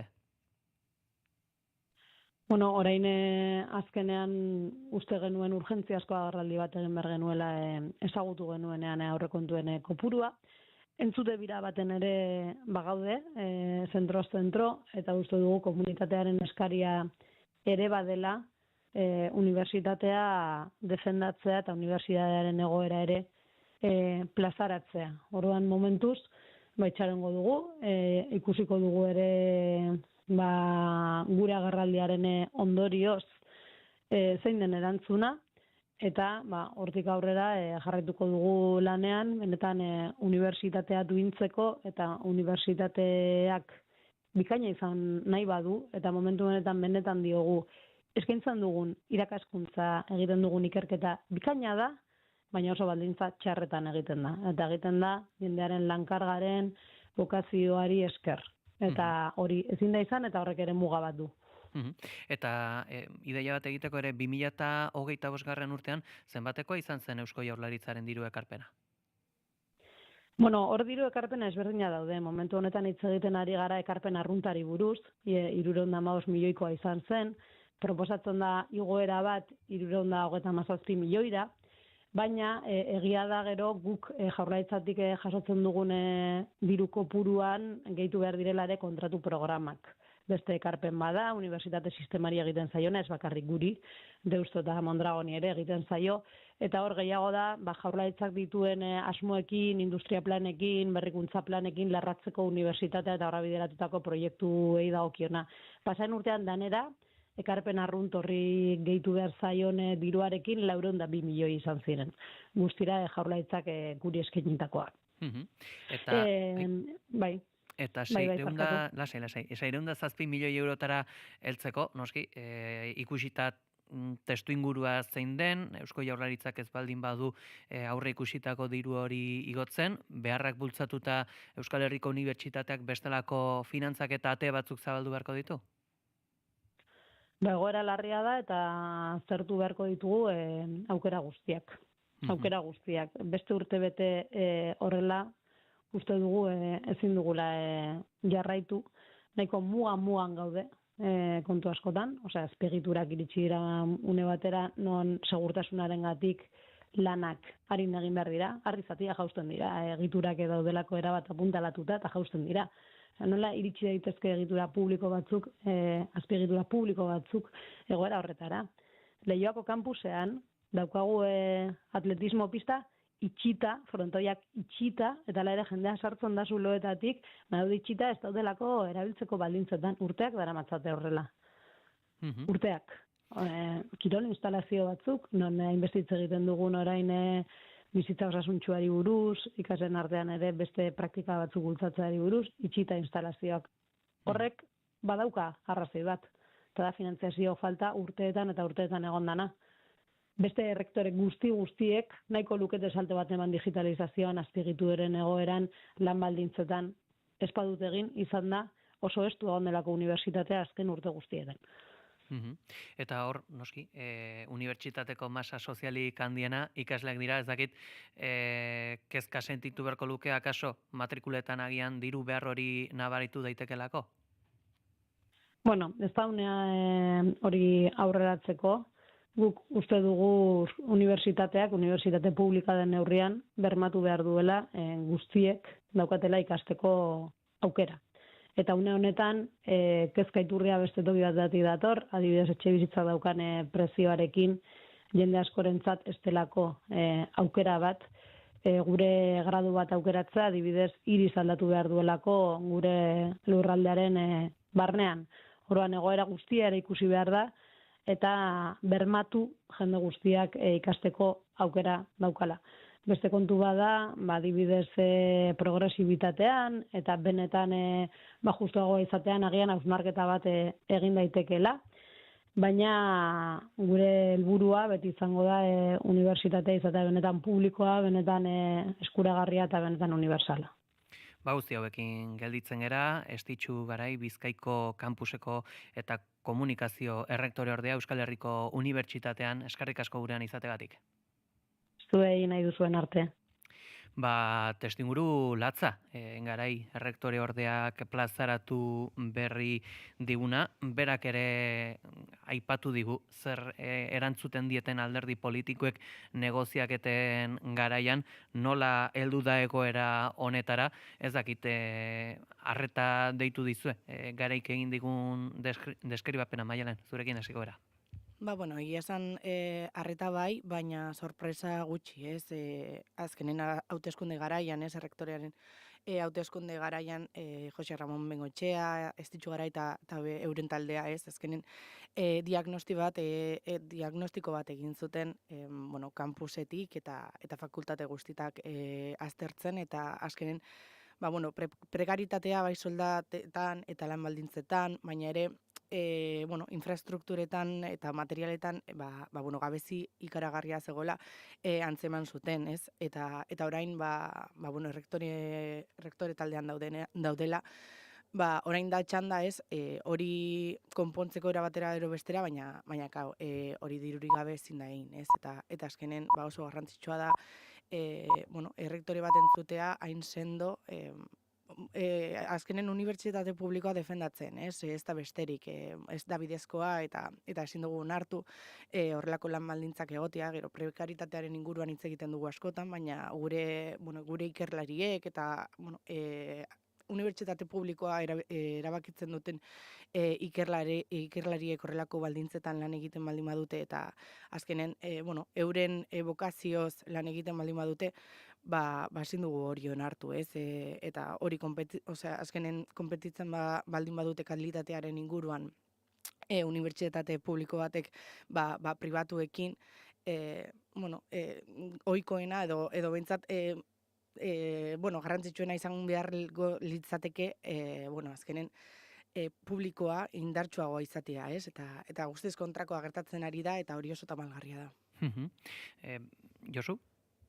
Bai, nik uste dut, Maialen izan duanen bidetik, azkenengo urtetan ere, dezentetan, ez, nahi baino gehiago, desente gehietan ikusi ditugula EHUko ikerlariak, ez, batez ere, doktore gaiak protestan, ez, euren lan baldintzak oso kaskarrak direlako, ez, eta honek, noski, baditu bere ondorioak, ez, aipatu da, ez, nolabait eragin bat izan dezakelako unibertsitatean bertaren ez kalitatearen inguruan, baina ez gogoan dut, ez, bere garaian ikerketa bat egin zela, nola ere prekaritate honek langile horien ere osasun mentalean ere duen eraginare hitz egiten zuena, ez, beraz, honek baditu bere ondorioak, ez, eta egia da, Jaurlaritzak aurkeztu duen proposamenean, zientzia unibertsitate eta berrikuntza saila dela, ez, aurrekontua agian gehien handituko duena, ez, ehuneko 6,3ko igoera horrekin, baina, claro, egindako, ez, rektoretzatik egin den irakurketa kontuan hartzen badugu, apenas iristen da, ez, ehuneko 50 hori kubritzera, ez da,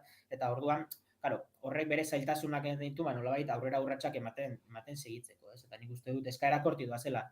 Jaurlaritzaren aurrekontu proposamena aste honetan iritsi da, eta orain hasiko dira negoziazioak, ez da, horiek ikusiko da, moldatzen diren. Hala ere zail ikusten dut oso zail, hainbesteko arrakala dagoenean, zuzenketen bitartez, honi konponbide bat ematea. Horixe bera galdetu behar nizuen, zuzenketen bitartez 200 milioi euro gehiago, iaia aurre ikusitakoa, iaia aurre ikusitakoa bikoiztea, 200 zerbait izango dira, ezakit, hori nundikan atera beharko da, Josu? Nik uste dut, egia aitortzen badizut, nik uste ez dut uste ez, arrakala hori konponduko denik, ez da. Egia da, aurrekontuak 10% igoera bat izango dute aurten, hein handi batean hori zorpetzaren eragin ez da, ez, industria arlorako inbertsiodara, zorpetz handi bat egongo delako, ia 1.000 milioi euro ingurukoa, baina bestela 4,1ko igoera bat dago aurrekontutan, klaro. Nondik kenduko duzu orain, ez, horrera bideratzeko, propio horra bideratzeko diru sail berriak sortu nahi badira, begirada horra du oraintxe bertan Jaurlaritzak, beste eremu batzuetara du. Claro, uste dut, negoziazio horiek, segurazki joango direla beste eremu batzuei gehiago begiratuz, honek ez du esan nahi, unibertsitatearen auzia kanpoan geratuko denik, baina segurazki etxe bizitzara, hezkuntza edo osasungintzara bideratuko dira negoziazio horiek, eta agian hor bigarren plano batean geratuko da, ez, eta hain handi batean, agian horri erantzuten dio, ez, errektoretza hain sendo atera behar izateak, nolabait, hemen gaude, eta gureari ere erreparatu bertzaio esatera. Maialen?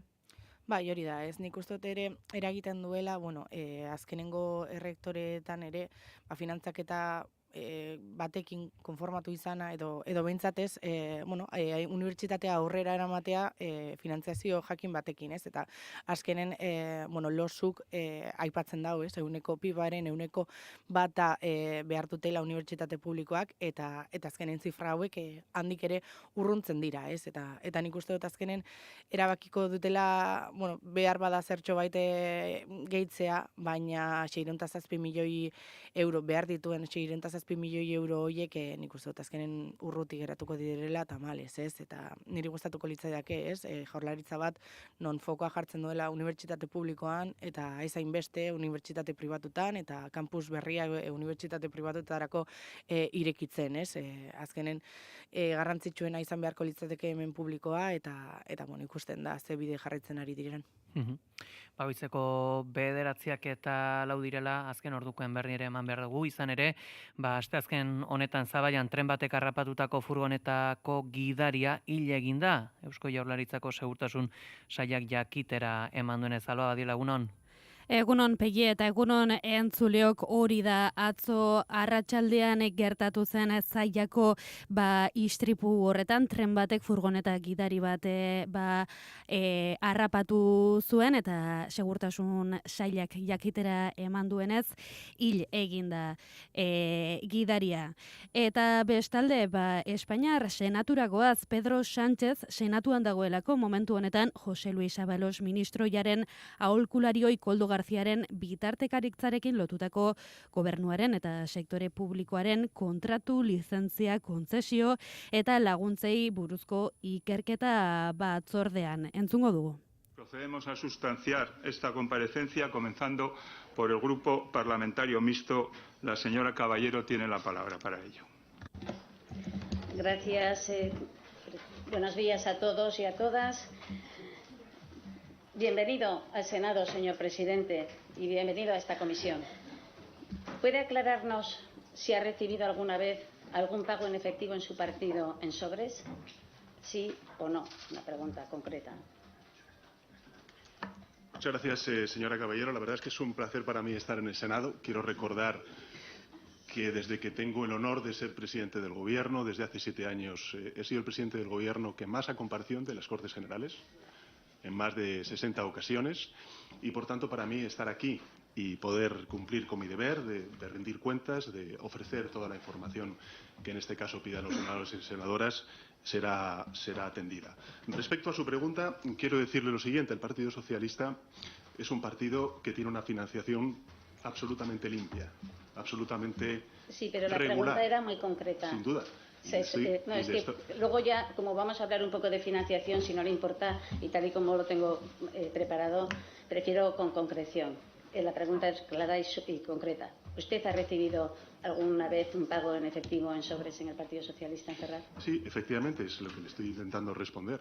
El Partido Socialista tiene una financiación absolutamente legal, absolutamente regular, y en ese sentido, no solamente yo, lo han dicho otros comparecientes, responsables de... Beno, Pedro Sánchez bera entzuten ari ginen, entzun bezala eta ikusten duzuen bezala tentsioz betetako, saioa ari da izaten, galdera zuzenak ari dira egiten, interrogatorio itxura duen saio honetan Mas Madrid Kompromis eta geroa bai ere batu dira horretara, baina egia esan galderarik zuzenera edo erantzunik zuzenera Partidu Popularraren Feijóoren aldetik etorri da. Pedro Sánchez izan dio, gezurra esango duela beste behin ere Sánchezek, ekia esanez gero berarekin amaituko duelako horrek. Eta jarraituko dugu, egunak eta goitzak aurrera eginala, saio honen jarraipena egiten. Adi izango bera bertako hitzartze guztietara. Egunaren ondik norakoak ere ezagutu nahi ditugu, Horazi Castaño, egunon? Egunon dan hori, bai noski, Madrid aldetik datozen esanak eta ez esanak izango ditugula kontuan gaurkoan. Hala ere geureari begira bina hitzordu izango ditugu gaur goizeko 10etan Gasteizen, lena, osasun mentala Euskadik deitua, elkarteak zartzea eta osasun mentalaren inguruko ikerketa aurkeztuko du horrekin batera, buru osasuneko arazoak dituzten pertsonentzako baliabide falta salatuko dute. Europa jauregian izango da hori eta ordu berean kaleratuko ditu bestalde. Eustatek berrikuntzaren inguruko datuak 2024ean kaleratutako txostenean gogora ekarriko dugu, Araba, Bizkaia eta Gipuzkoa herrialde berritzaile indartsuenen artean zegoela. Ikusiko dugu zer dioten aurtengo datuek. Iruin herrian, Sangoben enpresako langilek martxa antolatu dute, Berriozarretik parlamenturaino. Bertan egingo dute elkarretaratzea lan erregulaziorako espedientearen kontra. Goizeko 10:10 barkatu Gasteiz hiriburu zonaldea tentsionatua izendatuko dute, horrez gain, aurrekontu proposamenekin jarraituko dugu Euskal Autonomia Erkidegoan, alde batetik Noel Danju, Ogasun eta Finantza Sailburuak Gasteizko parlamentura eramango du gobernuaren proposamena. Donostian, bestalde, Gipuzkoako Aldun Nagusiak herrialderako 2026ko aurrekontuak aurkeztuko ditu gaur, 11:30 egingo du hori Eider Mendozak. Eguerdian 12etan Iruñeko udalak elkarretaratzea egingo du pasaden asteburuan unibertsitate karpetan izandako eraso sexuala salatzeko. 4 atxilotuek ez dute deklaratu oraindik, epaiarenetik igarotzeko zain gaude beraz, ikusiko dugu ia gaur gertatzen den hori. Horrez gain, DNA frogen zain da udaltzaingoa eta egia da froga horiek premiazkoak direla ikerketa horrekin aurrera egin ahal izateko. Arratsaldean amaitzeko 2 hitzordu nabarmentzeko. Lehena, Iruñean, Opuseko Unibertsitateak bere bisita debekatu arren, esperotakoa da Bitokiles astintzaile eskuindarra hiriburuzagira etortzea. 5:00 protesta deitu du herri mugimenduak faxismoaren aurrean kaleak hartu lelopean. Bigarren hitzordua eta amaitzeko geure mugetatik kanpo. Espainiako Kongresuan frankismoaren azken fusilatu Txiki Otagi eta Frapeko kiden aldeko omenaldia egingo baitute. Arratsaldeko 6:00 izango da hori, baina nabarmentzekoa da ez dituztela senideak gonbidatu pegi. Guzti hauekin gelditzen gara, eskerrik asko. Gero arte. Eguraldia eta trafikoa naiz irratian. Errepidetan bada nabarmentzako jazoerarik, Salva? Aparteko arazorik ez, pegi.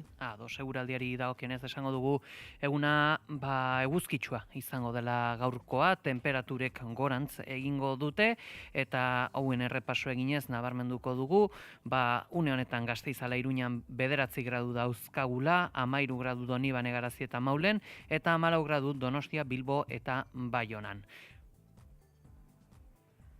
Eguraldi nahasiagoa izango dugu asteazken honetan. Goizean hodei dezente agertuko da zeruan, baina beti ere hodei hauek trinkoagoak izango dira lurraldearen barnealdean eta ekialdean. Gainera bertan bereziki Nafarroan euri zaparradatxoren bat edo beste izango da. Ez erandirik ezala ere eta goizean zehar denean ateri geratuko da. Eta eguerdi alderako ostarte batzuk ere nagusituko dira. Arratsaldeko lehen orduak argiagoak izango dira, ostartuek gehiago ikusiko dira. Azken orduetan mendebaldetik barna berriz ere zerua estali egingo da. Eta hor, euri zaparradatxo batzuk izango dira, eta oraingo honetan, azken orduetan, euria ugarixeagoa izango da Kantabriar isurialdean.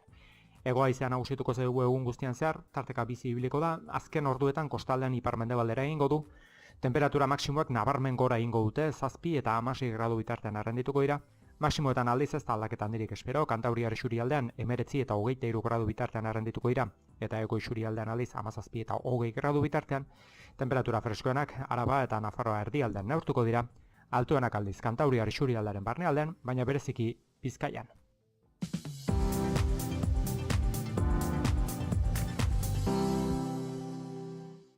Burdindegi honek lanerako babesa duen arropa teknikoaren eskaintzarik osoena dauka. Segurtasunik handienarekin ekipatzeko beharrezkoa den guztiarekin. Alkain Hondarribia eta Alkain Astigarraga, erantzunik profesionalena hauetan ere bai. Tresnak, pintura, eraikuntza materialak. Bai, Alkainen! Adimen artifiziala kolektibo kalteberen aurkako diskurtso faltsuak edatzeko tresna bihurtu da.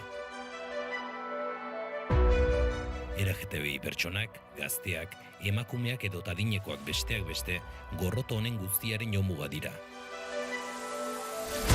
Teknologia sekula ez delako neutroa eta eragiten dituen kalteak mugatzea denon ardura delako, naizetik desinformazioari aurregin, trampak agerian utzi eta bidegabekeriak salatzeko konpromisoa berresten dugu. Konpromisoa, erantzukizuna, zorroztasuna. Naiz.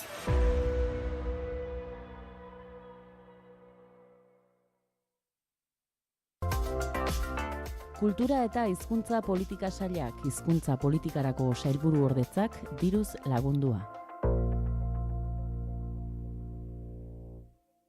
Informazioaren aria.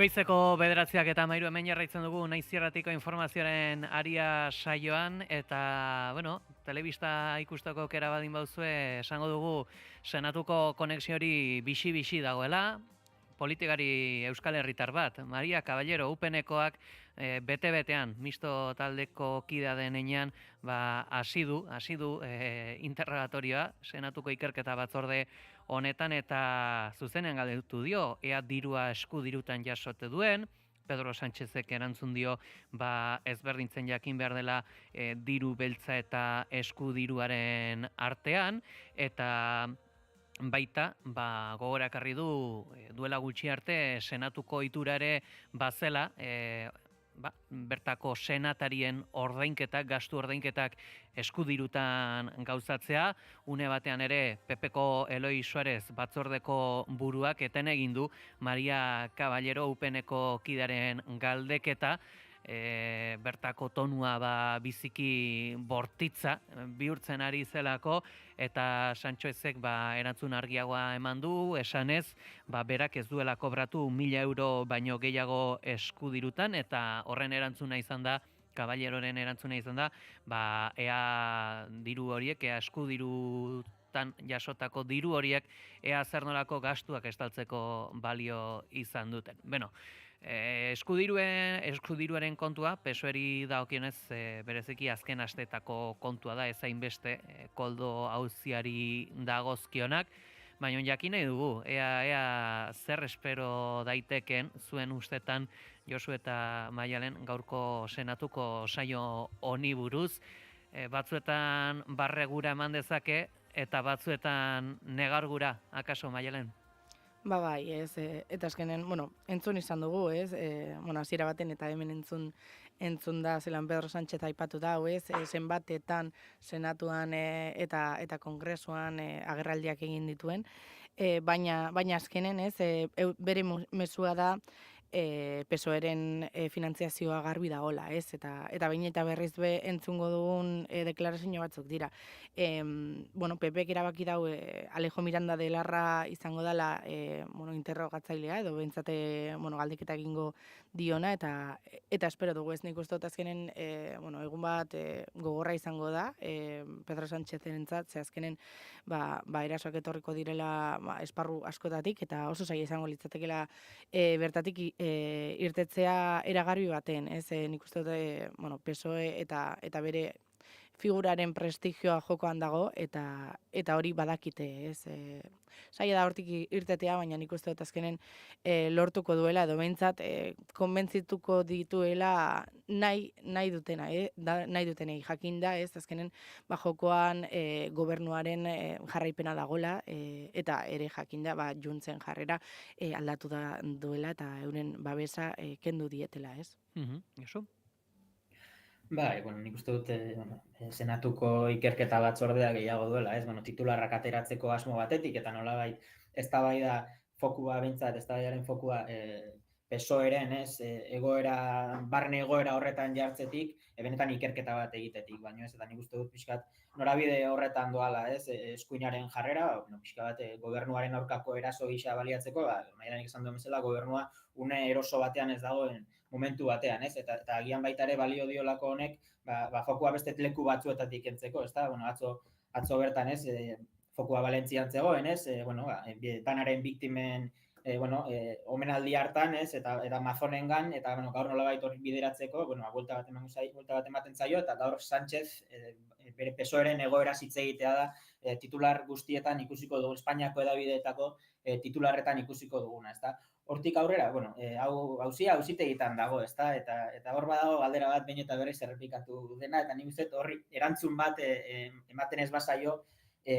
honek joku politikotik haratago ez duena zentzu gehiago izango, ez diot, ez dagoela deliturik, eta gauza itxusia ikusi du baita ere, delituatik aparte ere, etikoki, ez dinenak segurazki onargarriak, baina hor dago, galdera nik uste dut, non dauden auzitegi nazionalak aipatu zituen 5 milioi euro horiek, galdera hori erantzuten ez bazaio, 5 milioi euro horiek aurkitzen ez badira, hau geratuko da, ia, PSOErengan eragin bat izango duela, eta eragin kaltegarri izango duela, eta haren azkenean gezurretan oinarritzen bada ere horrek kalte batera egingo diola, eta hauteskunde prozesu baterako bidean gauden momentu batean jada, Extremadurakoak adibidez Espainian laster datoz, hor eragin bat izango du, eta eragin kaltegarri bat izango da, baina benetan nik uste dut galdera dagoela, honen oinarrian ea zerrote dagoen, eta hori ikustera iritsiko garen.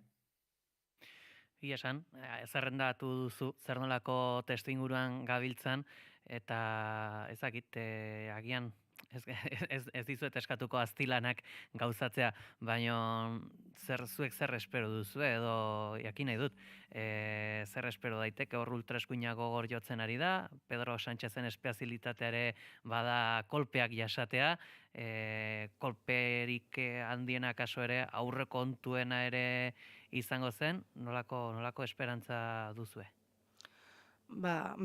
azkenen hemen esan den moduan, titularrak egongo dira, ultraeskuinak behintzat euren dardoak bidaliko dituzte, entzungo ditugu, lehen aipatu dut, Alejo Miranda de Larra PPkoa, Ayusoren oso laguna da, Hospital Zental horiren proiektuaren atzetik egon zen, eta badakigu, euren jokoan zelan da. Nik uste dut azkenen Pedro Sánchez ez dela sartuko joko horretan, badakigu nondik datorrelako, eta ondo mondatzen dalako debate horietan, edo behintzat deklarazio horietan, baina zaila izango da, aurkeztea, nondik etorri diren gastu horiek, eta beti jakitea eta dena, PSOEko kide guztien inguruan, Koldo auziaren inguruan, eta beste, Abalos eta beste kide horietan, zer egin zutenen horren justifikazioa, nik uste dut azkenen senatuan eta eza kongresuan ez dugu jakingo, paitegietan behar bada bai, baina azken horren atzian dagoen guztia oso zaila da guk herritarro jakitzea, eta nik uste dut azkenen gauza gutxi espero ditute gaur senatutik eta bai, alde batetik bai ultraeskuina edo PPren deklarazioetatik eta baita ere Pedro Sánchezenan. Nik uste dute honetik pixkat igual zaurituta irtengo da, baina jarraituko du tente. Josu? Bai, nik uste dut testuinguruan jarrita, ez dut uste gaurkoak eragin nabarmenik izango duenik testuinguru politiko, gaurko titularretatik, eta agian datozen egunetan izan detzakenetatik aparte, egia da, orantxe bertan, agian begiradak, nontan baino nik uste benetan aurrekontuei begira daudela, eta, Junts per Kataluniak hartutako erabakia, baina egia esan, uste dut, gobernuak berak, ez dakit benetan sinisten duen berak ere aurrekontuak ateratzeko aukerarik baote zuen, ezta? Juntzen erabakia hor dagoelako, eta astontako erabakia aparte ere nik uste dut aurretik harremanak gaiztu dut zaudela, eta benetan honek presio egiteko tresna bat gehiago izan dela, erabaki hau beste zer baino gehiago, edo nolabait hauteskunde aurrerapen bat bideratzeko edo zentsura mozio bat bideratzeko zerbait baino gehiago, eta kontuan izan behar da bestaldetik ere Podemosen presioa baduela, eta Podemos ez dela prestutasunez ikusi aurrekontu batzuk onartzeko, beraz, eta biak behar zituen horretarako, beraz, ez dut uste aldaketa handirik izango denik, Eta bestela, aurrekontu ez hitz egin da ere, ez dut uste aurrekontu ezak hauteskunde aurrerapen bat ere ekarriko duenik. Uste dut Sánchezek baduela, nik uste dut gaitasuna, nahi badu behintzat, 2027 arte iristeko. Beste kontu bat izango da, beste interes batzuk edo beste mugimendu batzuk balima daude, momenturen batean berak ikusten ote badu, aurrerapen hori komeni zaiola, Baina, horrek izango ditu beste baldintza batzuk, ikusi beharko da zer gertatzen den Extremaduran, eta ikusi beharko da, ondoren iristen diren hauteskundeetan, eta ja zikloa hasten denean, bakoitza ze modutan dagoen, ari gara soez, baina PP ere ez dago momenturik onenean. Nolabait, Vox zati bat jaten ari zaio, eta horrek eragin badu, bere nagusitasun hori jokoan dago, eta azkenean, testuinguru erraza ez da nik uste dut inorrentzat, eta bakoitzak nahi du, beste aigatu alik eta gehien, balizko hauteskunde batzuetara posizio hobean iristeko, baina nik uste dut, oraindik mugimendu asko iritsiko direla, eta asko iritsi beharko direla, benetan ikusteko zer gertatu daiteke. Goizeko 9 eta 23 heldu garela, guztiz bestelako kontu bat aipatu beharra dugu, baina Euskal Herriko historia eta Euskal Herriko politikagintzari ere zuzeneko lotura dakan. Hain zuzen, berriki, Peio Alkantarillak Guardia Zibileko Diego Pérez de los Cobos koronelari kereila aurkeztu zion Treskantoseko komisaldegian jasotako torturengatik. Giza eskubideen behatokiak kasuaren irekiera eskatu du, salaketak sinesgarritasun osoa duela aldarrikatu zere, eta honi buruz gehiago jakiteko gurekin daukagu estudiotan Agus Hernan, giza eskubideen behatokiko kide. Egunon. Egunon zuri eta entzule guztiei. Eta baita Peio Alkantarilla bera telefonaren bestaldean. Egunon. Bai, egunon. Peio, zer modu zaude? Ongi naiz, bai. Hain zuzen, gogora ekarriko dugu 2004 urtean atxilotu zintuztela eta Treskantoseko kuartelean torturatu. Bertan, jarri zenion aurpegia Diego Pérez de los Cobosi, naiz eta duela gutxi arte ez identifikatu. Zein zen Guardia Zibil honen rola atxiloketan? Bueno, askotan ja esan dut, nengoen autopistan eta nire gana etorri ziren eta atera furgonetatik eta, bueno, eta detenitu eta hor zitzen dena. Horre zehazki, torturatu zintuzten bitartean ere, unere oro ez dakite irakurri izan dugu txostenetan, jefe deitzen ziotela Pérez de los Cobosi, ala zen? Bai, sartu ninduten kotxe batean Madrile ekartzeko, lau guardia zibila ziren, eta ez dakigu oraindik hoien artean zegoen Pérez de los Cobos, agian ez, baina bai, ala izan zen bai. Gero baita ere, Pérez de los Cobosek zuregana jo zuen komisaldegian, zurekin izan zen, ez dakit zer esaten zizun edo ikusi ahal izan zenuen parez pare ere? Ez, hasieran ez, baina, hasi ziren ostiaka, aldi oro, ordu bat egon ginen hor paretan kontra eta ostiaka, aldi oro, eta bukatzean esaten zidaten 5 egun eta 5 gaua ditugula zuri matxakatzeko, eta ni eusten ari nintzen, baina gero ekarri zuten boltsa eta esaten boltsa jartzerakoan esan nien, itxein dut. Eta momentu horretan atzean entzun nion gizon bat zuela gracias komisario, eta begiratu nuen eta bere de los Cobosan, bai. Hasieran nintzen ezagutzen, baina bai, beratzen. Gero baita ere, une batetik aurrera ere, beraien tratua ere aldatu egintzen, iraganden ostiralean ere aipatu zenuen pelota ere egin izan zutela uneren batean, zein izan daiteke aldaketa honetarako arrazoia? Bueno, lehenengo 3 egun oso gogorrak izan ziren, eta gero ja enteratu egin ziren Lebertek eskatu omen zion estradizio ekartzeko, estradizio egiteko, eta hori aldatu zuten denak tratuz eta hola, eta hola izan zen bai. Gero baita ere, garaian, torturak salatu zenituen, nolakoa izan zen salaketa hori?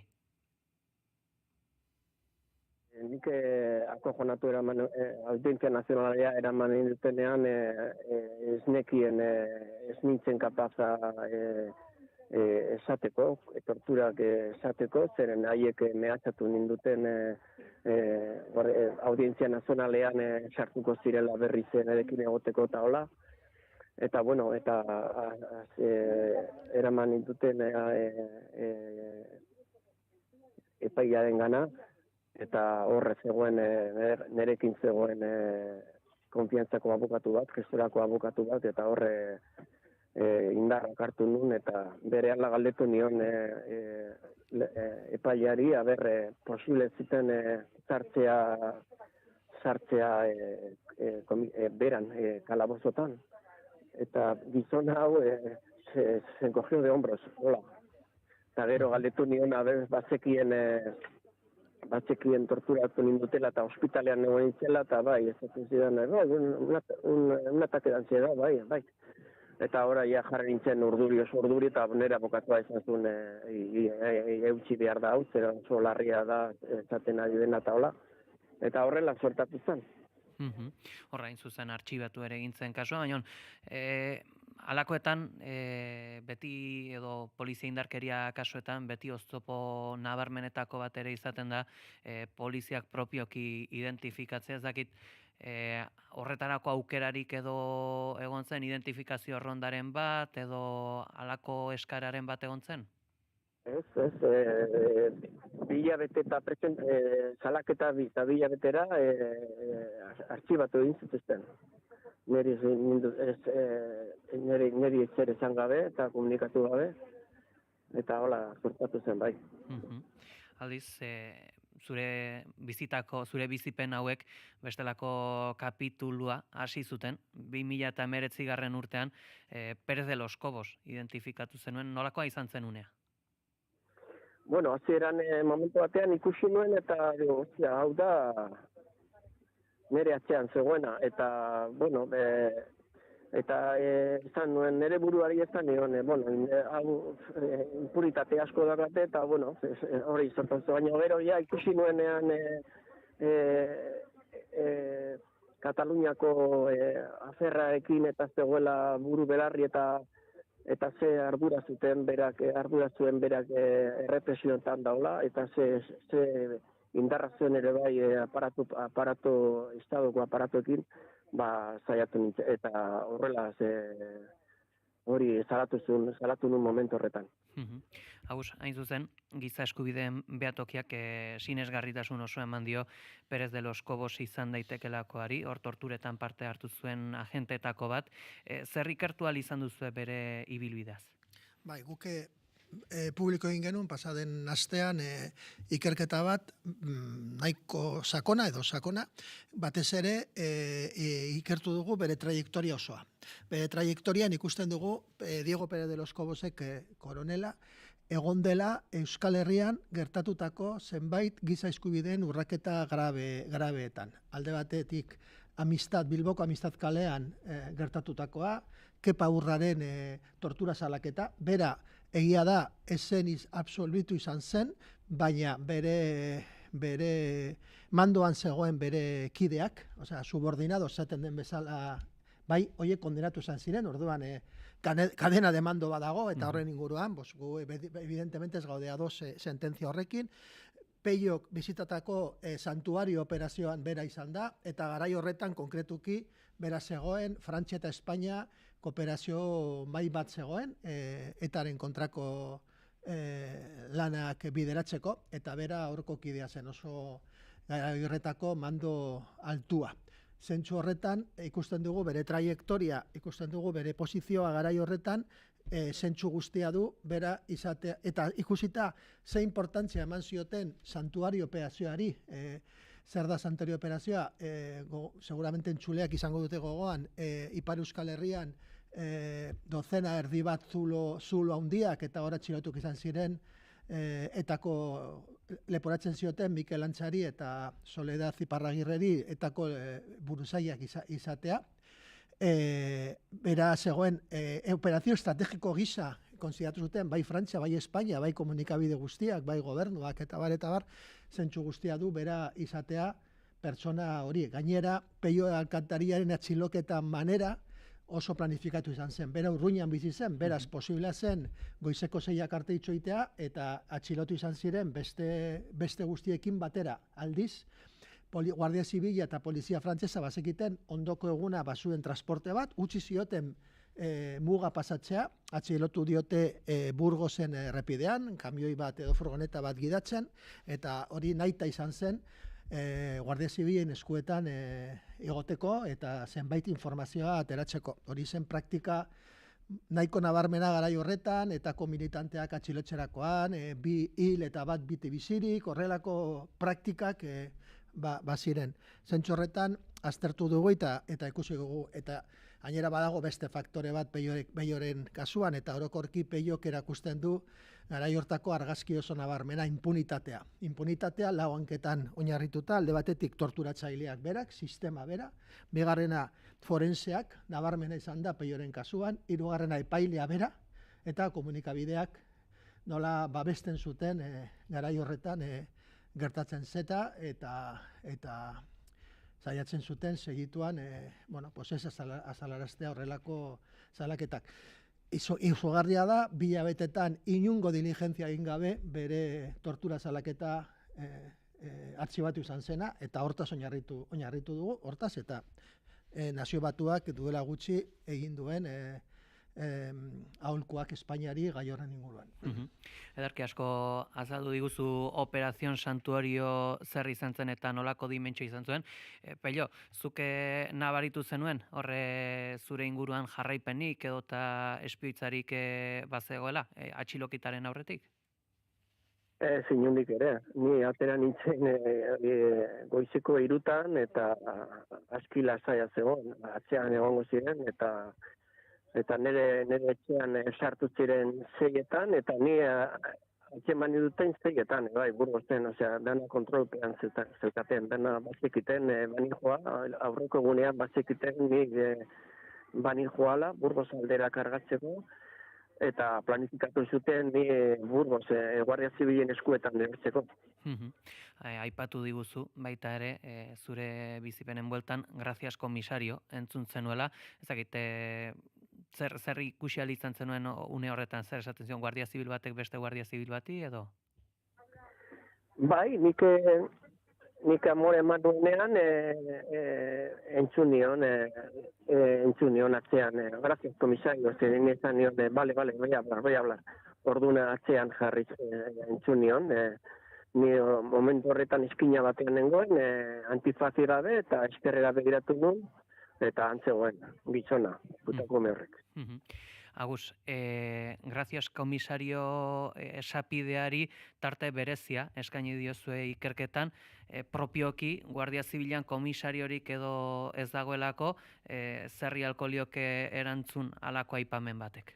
Bai, guke gure esterketan eta konparatibo bat egitea zenbait kasuekin eta zenbait salaketekin eta zenbait emandako testigantzak bazuten kodigo propioak.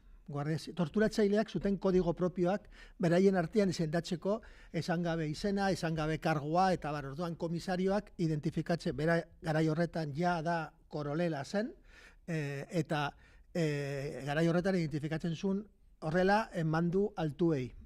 Hori kontrastatuta dago zenbait informazio iturrietatik, bere kodigo propioak dira, bere impunitatea babesteko ez dugu ahaztu behar, hori guztia egina dago, pei hori torturatzeko impunitate osoz, jakinen gainera impunitatean biziko, beti izango zutela. Gaur egun ikusiko dugu salaketa hau, eta horren inguruan, ziurinik lehenengo eztabaida izango dugu epailarekin impreskriptibilitatearen inguruan, hori igual merezi du pixka bat ondo kokatzeko horiek, negozu sakandu dezakegun horren inguruan egongo den txoke, edo dagoen jada txoke bat, ez? Segitan sakonduko dugu horretan, baina gustatuko litzaidake gracias komisario horretan sakontzea, aipatu duzulako beraien torturatzaileak kodigo propioak zituztela, giza eskubideen behatokiak aztertutako bestelako kasuetan, edo jasotako bestelako testigantzetan gertatu izan da pareko gauzarik?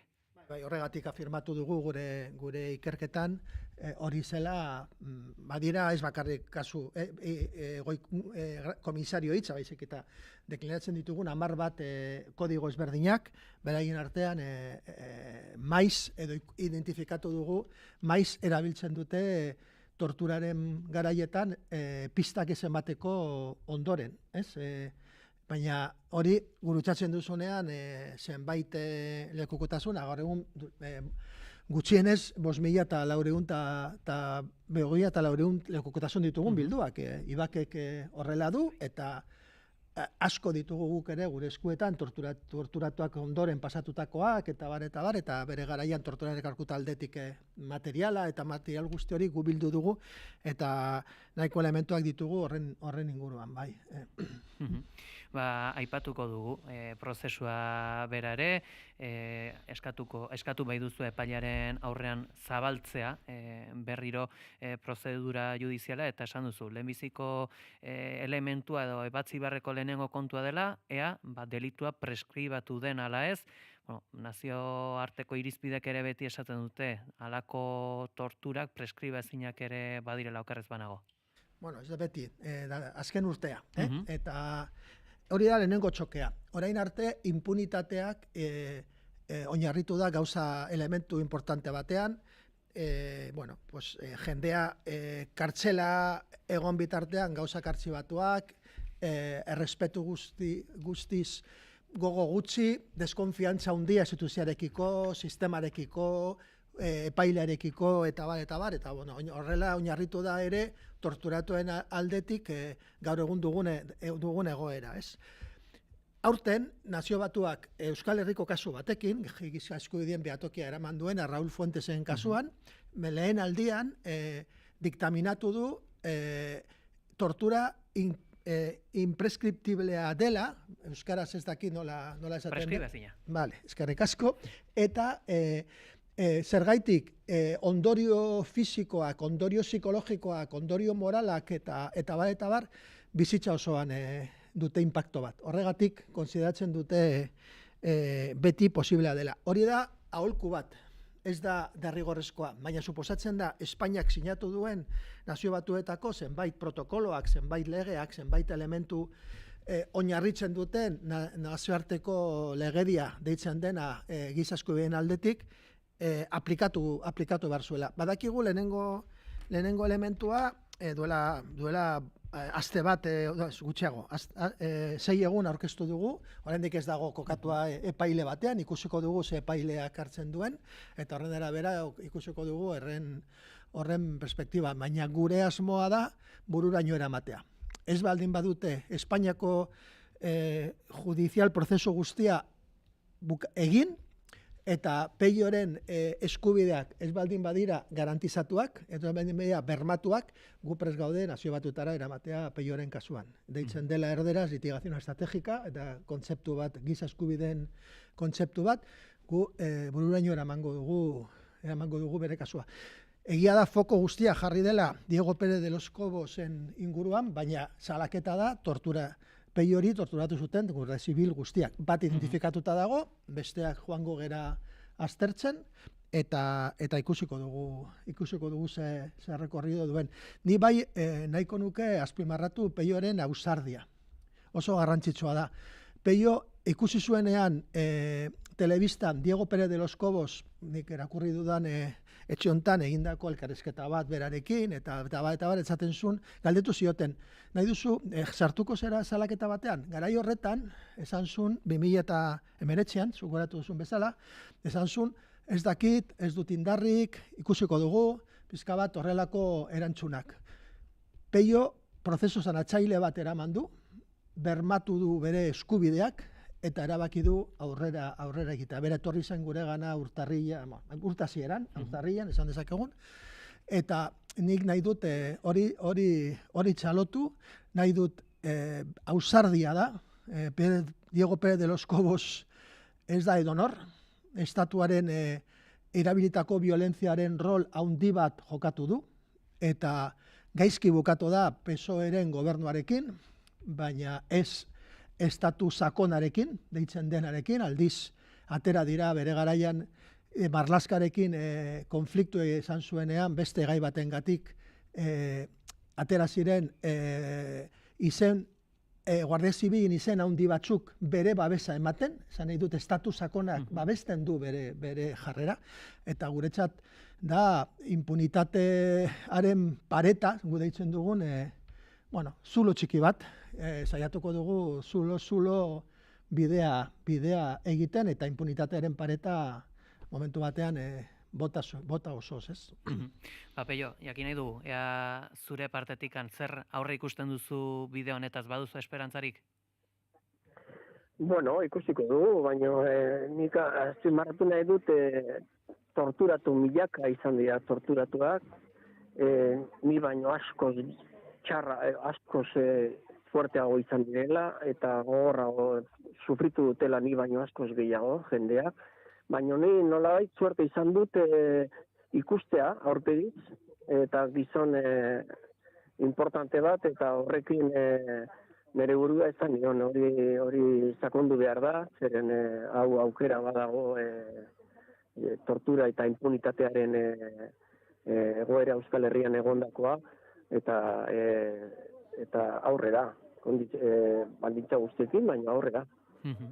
Hau, azkenikan, jakineko nuke baita ere, azkenean, prozesu hau zabaltzen denean, demagun kondenatuak izan daitezkenak, ez dela soilik izango Pérez de los Cobos, baizik eta zabalago izan daiteke, eta nazioarteko auzitegiek demagun aldiote Espainiar estatuari ardurak eskatu, akaso 2019 urtean ez zirelak, lehenago barkatu ez zirelako torturak behar beste ikertu, eta polizia agentek ere garaian izan zuten jardun bideagatikan, eta horri berari ere kasu ez egiteagatikan. Bai, kasu hontan eta Nazio Batuak eta Estrasburgo Tribunala darama urteak Espainiari esaten ez duzue behar den bezala ikertzen torturarenak edo zenbait kasuetan ez duzue ongi landu ikerketa hori sententzia gehienak, Estrasburgoko sententzia gehienak gaien inguruan torturatuak irabazi dute eta Nazio Batuetako informetatik uste dut 12 urte daramate konbenio horiek egiten. Errealitatea dugun aurrean da, estatusakon badago horren atzean, eta estatusakonak ditu instrumentoak, momentuz, ditu instrumentoak ez ikertzeko. Egon daiteke berriro horrelako agindua, espero dugu baiet, zeren kasu evidentea da, ez dute ikertu, bilabete, eta inungo diligentziarik egin gabe itxi zuten ikerketa. Baina badago hor paradigma interesgarri bat, eta da, ikerketa ikertu gabe itxi zuten eta hori du gaur egun guretzat tresna berriro juridikoki egitea eta milaka kasu daude berdin Euskal Herrian. Salaketa jarri, ez ikertu eta artxibatu. Baina ez duten itxi. Artxibatzeagatik irikitzen du aukera berriro eskatzea impreskriptibilitatearen oinarrituta eta zenbait elementuko oinarritutak. Aukera daude zentzu horretan. Igual lehen ez genituen tresna gaur egun baditugu, giza eskubideen behatokitik prest gaude, ja ez da lehenengo kereia eta ari gera kereia edo kasu berriro irikitzaren aldeko iniziatibak eta bar, ez da lehenengo kasua, ja hartzen ari gera rodaje bat, gero eta hobekioa dago fundamentatuta gure gauzak, abokatuen talde potentea dugu horren inguruan eta lantzen dute, Peioren kasuan buelta asko eman diote abokatuak aukerak eta nola planteatu. Bueno, gaur egun tresna ditugu, Euskal Herriko Torturatuen sareak antolata daude, ari dira ez da bai, lehengo pasaden ostiralean, bi pertsona etorri ziren Peiori babesa emateko, esateko gu lagunduko dizuegu, pres gaude, nik uste dut tresna ditugu, eta gaur egun, orain arte, urte pila bat, bizi izan dugun, impunitatearen gatik, isiltasun manto handi bat gai horren inguruan, gaur egun askatzen ari da, gaur egun nik uste dut torturatuak hasi dira deskonfiantzatik, ez dakit konfiantzara, baina itxaropena pasatu dira, gero ez dakit konfiantza itxa handia da sistemarekiko, baina bai pixka bat itxaropena, eta irekitzen baldin bada legea berriro, ni konbentzitutarago ehunka pertsonak aurkeztuko dute bere kasuak eskatzeko Eusko Jaurlaritzari kasuntan, Nafar Gobernuari kasuntan errekonozituak izatea eta reparatuak izatea. Peio, zuzeuk aipatzen zenuen moduan aurrera egiteko garaia da. Eskerrik asko gurean izateatik, Agus Hernan eta Peio Alkantarilla adi izango era datorrenari. Zuei. Esker. Informazioaren aria naiz irratian.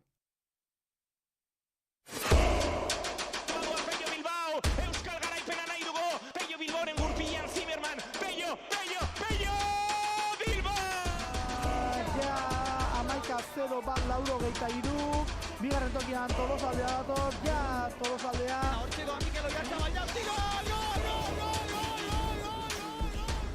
Eskinegin, ate aurrean da, eta irugarreko Atletikena.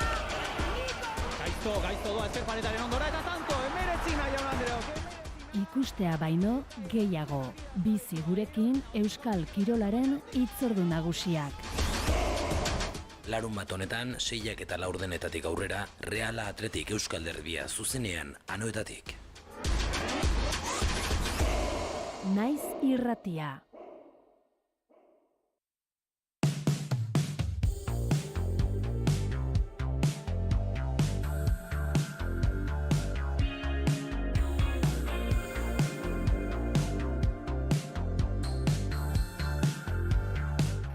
Bi minutu goizeko 10 gutxitarako, eta, behintzat, urrengo aipageira salto egin aurretikan tarte txiki bat hartuko dugu, honen aipamena egiteko. Maialen, zakit, jakine dugu, nola ikusten duzun auzia, ertz ezberdinak badaude, eta bereziki agerian geldituko direla, bueno, Agusek aipatzen zuen bezala, hor paradigma berri bat, torturatu askoren kasuak agerian gelditu aldaitezkelako, diligentziari gabe kasua itxi izan zelako. Nola ikusten duzu hau, Maialen?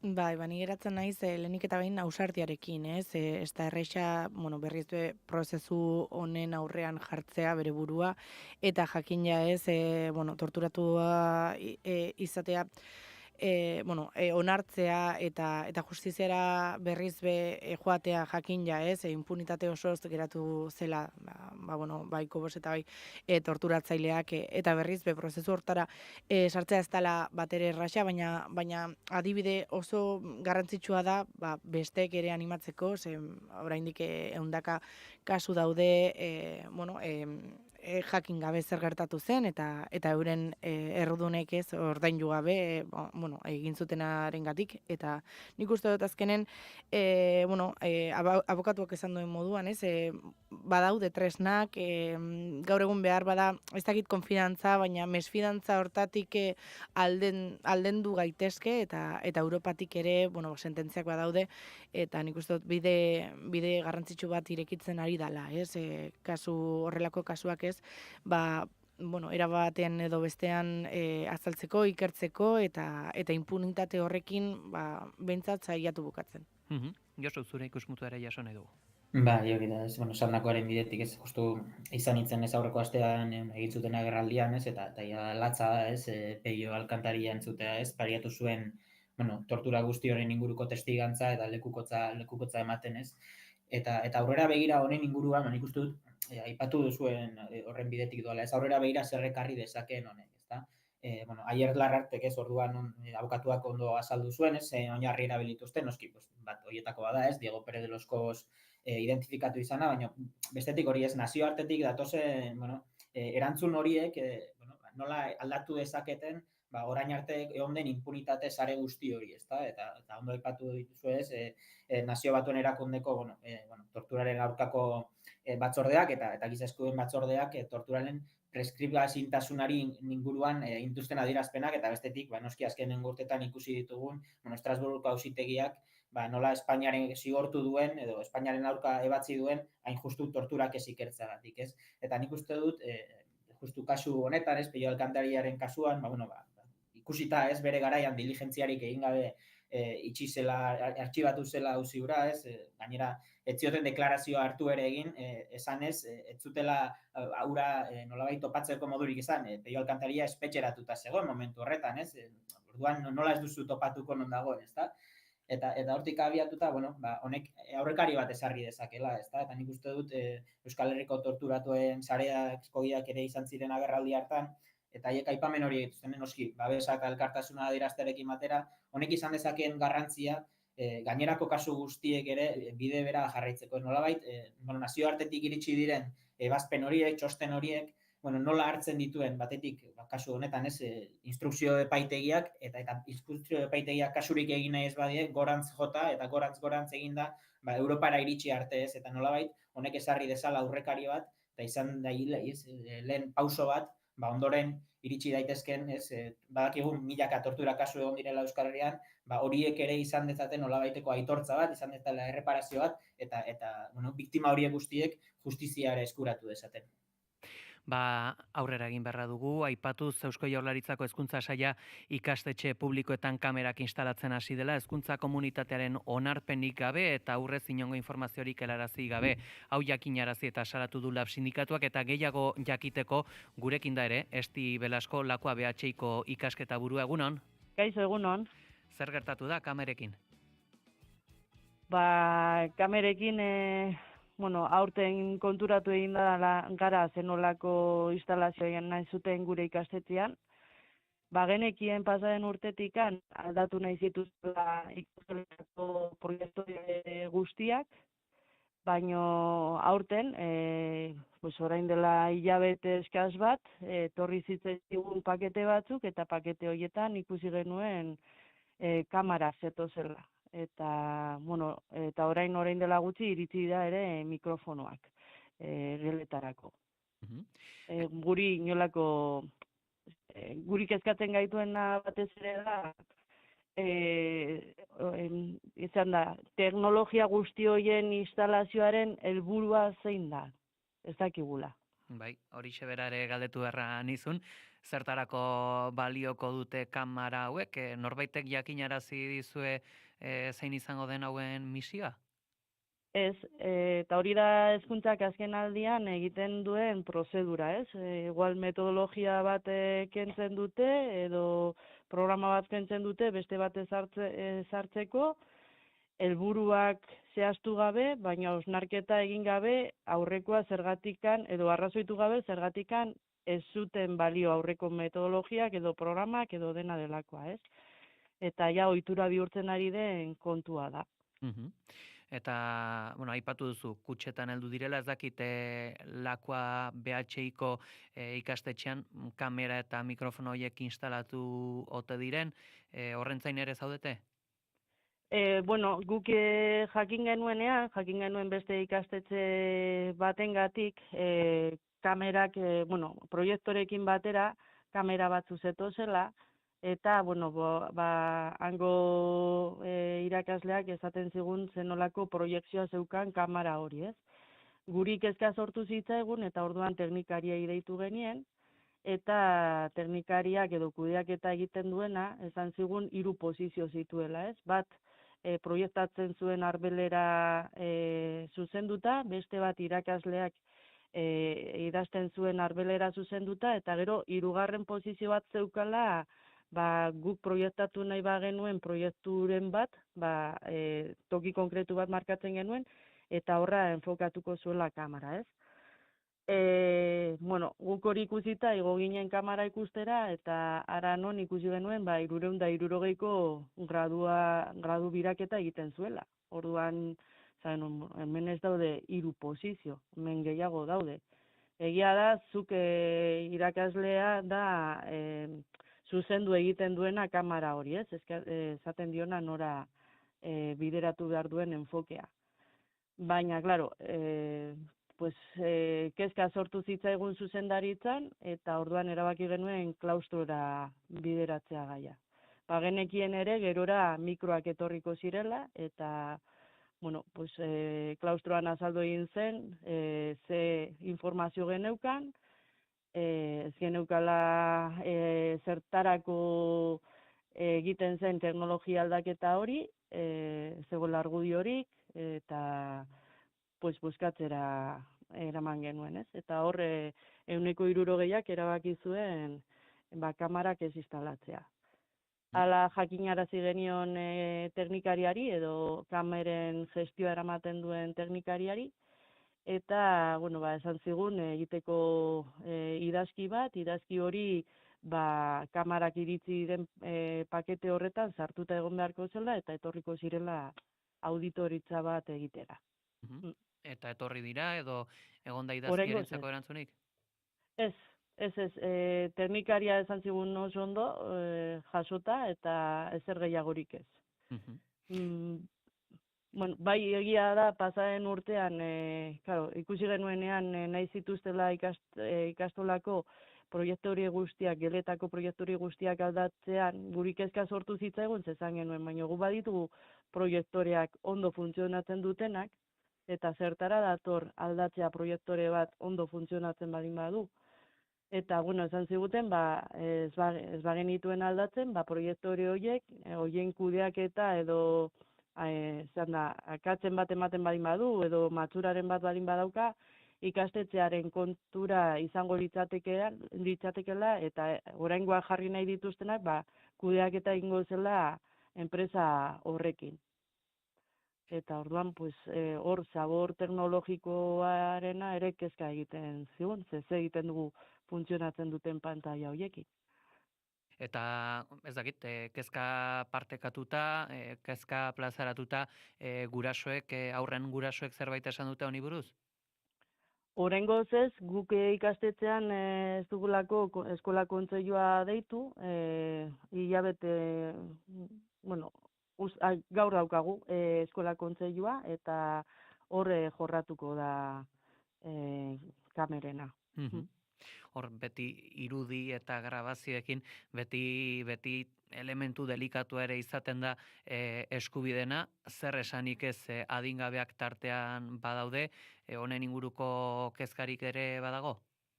Bai, noski, guk hasieran edo matrikula egiten dutenean ikasleek sinatu egin behar dute dokumentu bat non baimena ematen duten argazkiak ateratzeari, eta honetan ikusten genuen kamara bat klasean kokatu ez gero, guretzako 360 biraketa daukana, hor eskubide hori edo baimen horiek nahi ez bazuten beraien irudia grabatzea, eskubide hori ukatua izango zela. Eta orduan, ez genekien ere, zertarako eskatuko genieken sinatzea ere baimen hori. Hori zen gure kezka. Guzti hauekin gelditzen era, Esti Belasko lakoa BHiko ikasketa burua, mila esker gurean izategatik. Bai, zuei, eskerrik asko. Gerarte. Baixetasun guzti hauekin geldituta, agurtzeko tenore aldu zaigu, kanpaiek jo dute eta Maialen Ferreira eta Josu Alberdi, mila esker, goiz honetan gurean izategatik, nahi duzun arte. Eskerrik asko, agur.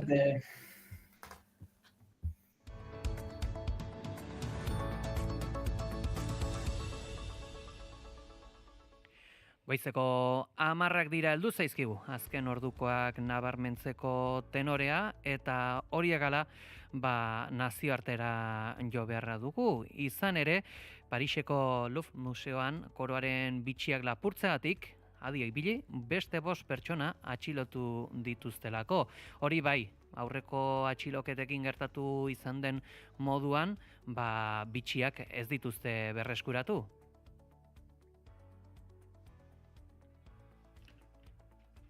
Garrazi Castaño, egunon.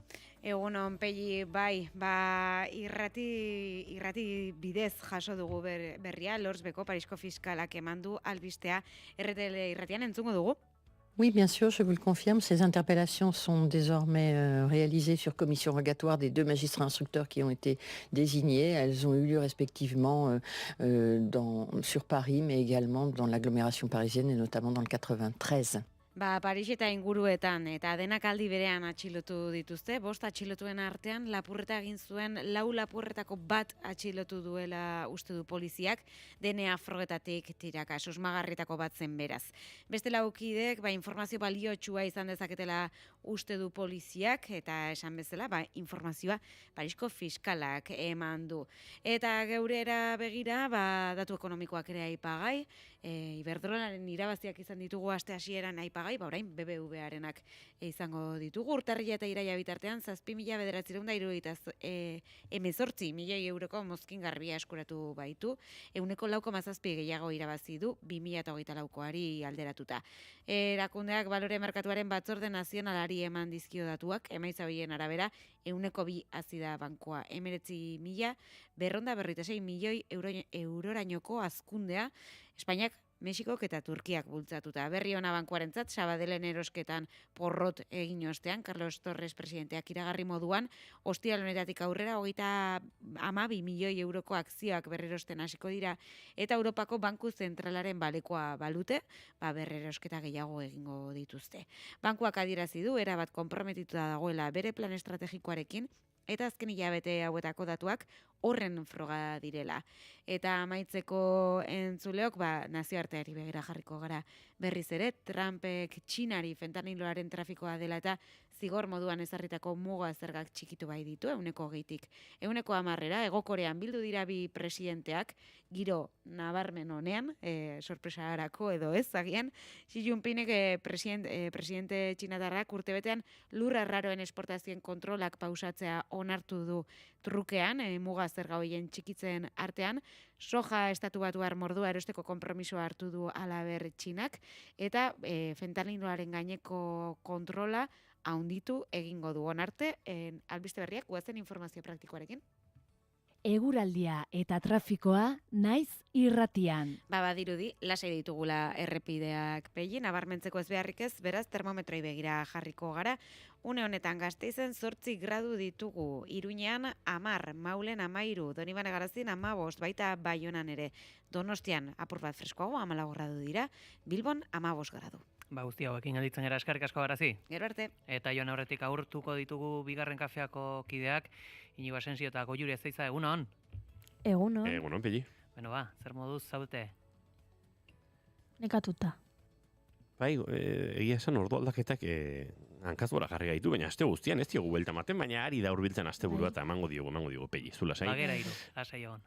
Bai, ez da? Bueno, horrek ez dakite gehiegi konsolatu behar gaituen gehiu izateak, baina behintzat, nolabait pixkat lehuntzen da, edo lausotzen da norbere ardura, ez? Ardura kolektibo bihurtzu dugu. Atxekabea partekatua da. Hori da. Barra lasek, gaurko saioare preste badaukagu, eta, Mai Gorostiaga gurekin dagoela beti iristen gara, ez? Nolabait, ipuin kontak eta girora, ibiltzen gara zirko giroan, eta gaur Elsi Salvadorrekin izango gara, azitoki topaketak badatozelako, eta bestalde, bazen behin izeneko saioare Oizmendi Telebistan hasiko dutelako, eta horren inguruan ariko gara berarekin. Goiurik, matrimonioaren inguruan hitz egin behar digu. Bai, kontua da, azkeneko ikerketa baten arabera, gazteek, belaunaldi gazteenek, ezkontzeko asmoa daukate berriro, galdu zen azkeneko urteetan, eta belaunaldi berriak berriro berreskuratu du, ezkontzeko asmo hau, eta eguneko 63ak uste du bere bizitzako egunik zoriontsuena izango dela, eta dirudi zentzu horretan, atzera pauso batzuk ematen ari garela, eta nik uste dut, pop abeslariek eragina daukatela honetan, eta horri buruz hitz egingo dizuet. Adi, ibili beharko dugu nola nahasten diren kontu horiek, eskerrik asko. Eta Argentinara begirare jarriko gara, Peli, hortxe Euskal Astea ospatzen ari dira Tandilen, eta bertan Edurne Benito del Valle, Euskal Autonomia Erkidegoko legebiltzarkidea, eta diaspora arduraduna ere bertan delako, baita Beñat Azkargorta, diaspora idazkari berria, eta biekin egonda Marko Estedin gure kolaboratzailea, eta eurekin ariko gara, diasporaren garrantziaz, eta gaur egungo, Euskal Herria eta Argentinar herriaren arteko anaieratze edo elkar harremanetaz, beraz, hori ere izango dugu hor, eguerdiko 12 bidean. Ondo, guzti horiekin gelditzen gara, eskerrik asko. Eskerrik asko zuri. Eta gure partetik besterik ez, joateko tenore aldu zaigu, ondo segi, aio? Naiz irratia.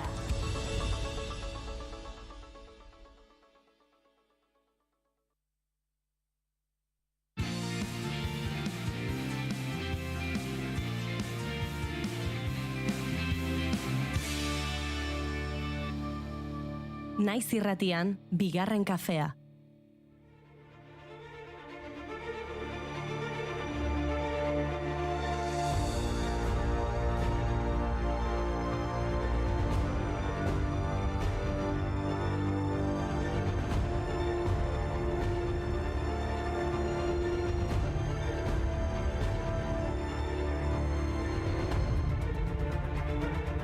Egunon guztio, hemen gaude berriro gure estudioan, programa berri bat hasteko prest. Egunon, Goiuri? Egunon, Inigo, ondo egin duzulo?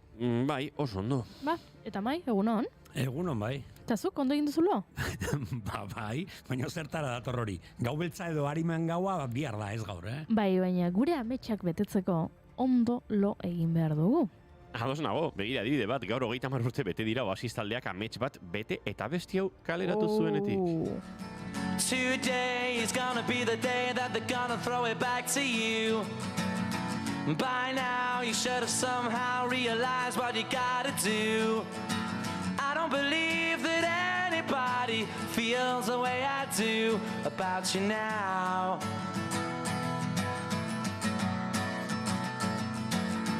Backbeat, the word is on the street that the fire in your heart is out. 1985ean Oasis rock talde ingelesaren Wonderwall argitaratu zen. Noel Gallagherrek konposatutako What's the Story Morning Glory bigarren albumean sartuta, eta ziurrenik taldearen abestierik ezagunena dena.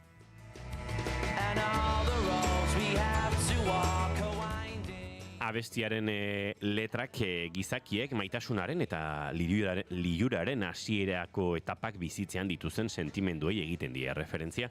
Euforia eta agoniaren arteko gora bera eta maite mintzeak eragin dezakeen ziurgabetasuna deskribatuz. Aklaratzen naizen. Ametsak lortzeko ondo egin behar badugu, zehazka kantak oso garrantzitsuak izan behar dira, za? Bueno, baietz uste dut, baina ziur nago norbait zehatza ari zaizula burura etortzen. Noski, Miguel Hernández poeta Orihuelan jaio zen 1910ean.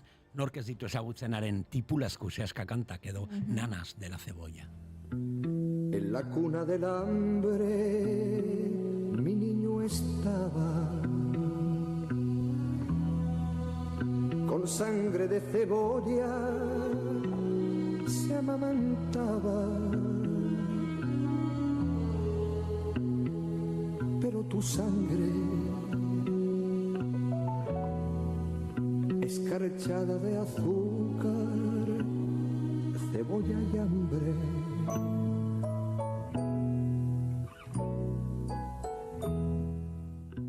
Miguel Hernández hauntzaina izan zen oso gaztetatik. Artaldea zaintzen zuen bitartean, Hernándezek irakurri egiten zuen gogotsu eta bere lehen poemak idatzi zituen. Horri behartsuenekiko duen konpromiso poetikoa gehitzen badiogu, ulertuko dugu zergatik ezagutzen den poeta artzaina edo herriaren poeta bezala. Beste zehaska kanta aipatu nahi dut, Gogoratu, ametsak lortzeko ondo ligun behar dugu. Zerbait buruan sartzen zaizunean ez duzu askatzen, Ea zein da lo egiteko kanta hori? Disneyren Koko filmekoa da. Gogoratu nirekin, Remember me, though I have to say goodbye, remember me.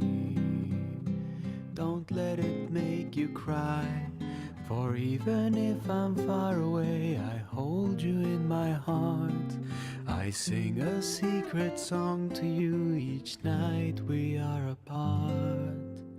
Remember me. Oso polita bestia baina zuk lehenago esan duzu. Gau beltza edo harimen gaua bihar da. Oso polita bestia, oso polita pelikula, heriotzaren irudikapena Mexikoko kulturan, dena oso polita Baina zein da gaurko sarrerarekin duen lotura? Ondo entzun duzue Remember Me abestia, ez alduzue abotsa ezagutu? Uste dute ingelesezko zein gaztelaniazko bertsuetan Hector Osabaren ahotsa Gabriel García Bernal jarri zuela. Bingo! Gael García Bernal 1978an jaio zen Guadalajaran, Jaliskon. Mexikoko aktore, ekoizle eta zuzendaria da. Urrezko Globo saria irabazi zuen Mozart in the Jungle telesailean egindako lanagatik. Gaelek 2006an egin zuen zuzendari gisa debuta Deficit filmarekin. Eta bai, Hector pertsonaiari ahotsa jarri zion Koko animaziozko filmean bai ingelesezko, bai gaztelaniazko bertsioetan ere. Ametsak lortzeko ondolo egin behar badugu, zehaska kantak entzuteaz gain oberatu aurretik irakurtzea gomendatzen dizuet. Eta gaur gomendio berezi badaukat. Rose Wheeler Lane.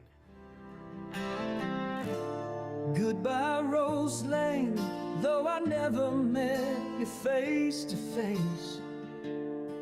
You lit the path of liberty with quiet, fearless grace. You stood behind your mother's voice, yet wrote your own with fire.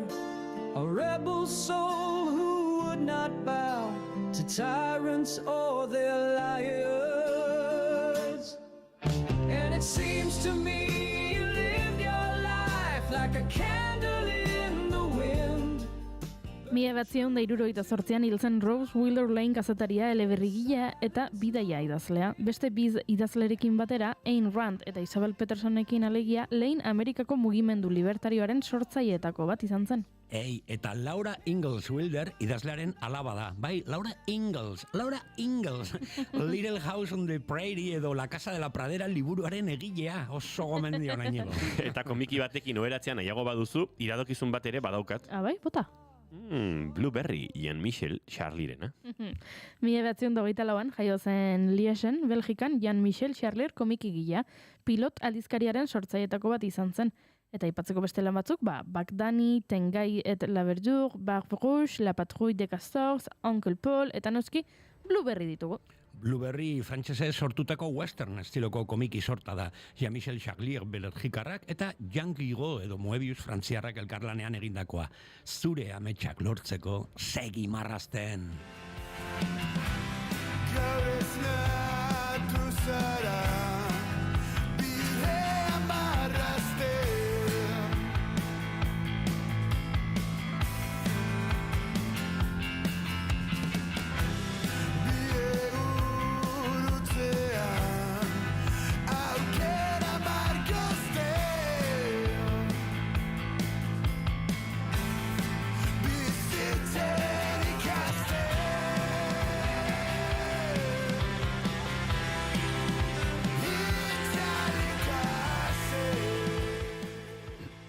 Argi dago gure ametsak lortzeko, ondo lo egin eta kontzientzia lasa izan behar dugula. Inoiz, amestu alduzue, berri txarrak fikzioa besterik ez direla? Zoritxarrez gaur egun kontrakoa ohikoagoa da. Realitatea dirudien fikzioa. Munduen gerran bezala. 1928ko gaurko egunean hain justu Orson Wellesek munduen gerra irrati egokitzapen bat eman zuen, eta horrek izua eragin zuen estatu batuar entzule batzuen askoen artean. Zuzeneko musikarekin barietate ikuskizun bat zirudiena albiste faltsu batek eten zuen. Carl Phillips bezalako fikziozko kazetariek meteoritoen erorketak kontatzen zituzten. Meteorito hauek Marteko espaziontziak ziren, bero izpi mota bat eta gas pozoitsuak erabiliz planeta inbaditzera zituztenak.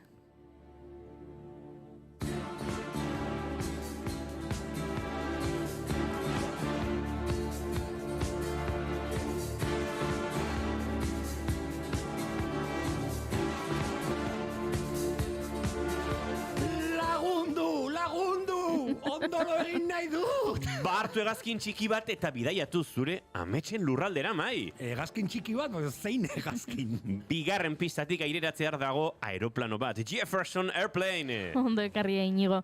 1939an jaio zen Illinoisen Grace Slick, Jefferson Airplane taldeko abeslari eta konposatzailea. Grace Slick Rock psikodedikoaren emakumezkoa hotxe ezagunenetako bat da, eta hippie mugimenduko figura garrantzitsua ere, bai? Beraz, mai badakizu, hartu hegazkin hori, bidaiatu zure ametsen lurraldera, aztu munduen gerra eta Grace Slickek abesten duen bezala bilatu Somebody to Love.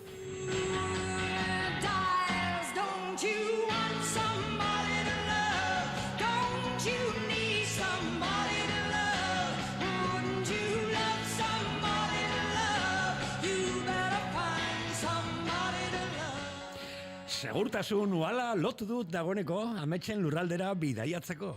Beste inor baldator gurekin bidean eta no? Noski Elsi Salvador zirkolari eta ipuin gontalaria gurekin egan etorriko da azitoki topaketa edizio berri aurkezteko. Eta Marcos Tedin pilotuarekin Tandilera, Buenos Airesera bidaiatuko dugu Euskal Astearen ospakizunera gerturatzeko. Eta bikote gisa bidaiatu nahi baduzue matrimonioaren inguruko reportaje interesgarria izango dugu ere. Kontrol dorre hemen, bigarren pistako hegazkin txikiak ametsen lurraldera aireratzeko baimena du, bagoaz!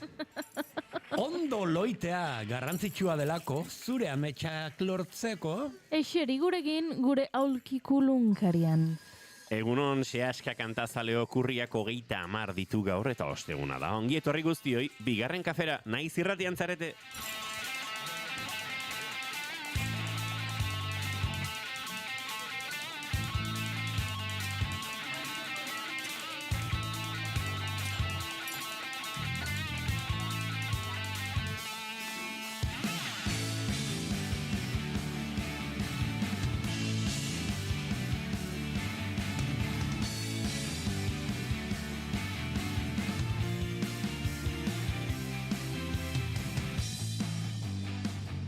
Zuekin entzuleok Mai Gorostiaga Pozo, egunon! Egunon guztioi, altxa zehaskatik. Eta zuekin entzuleok Goiuri Ezeizarandia, egunon! Egunon!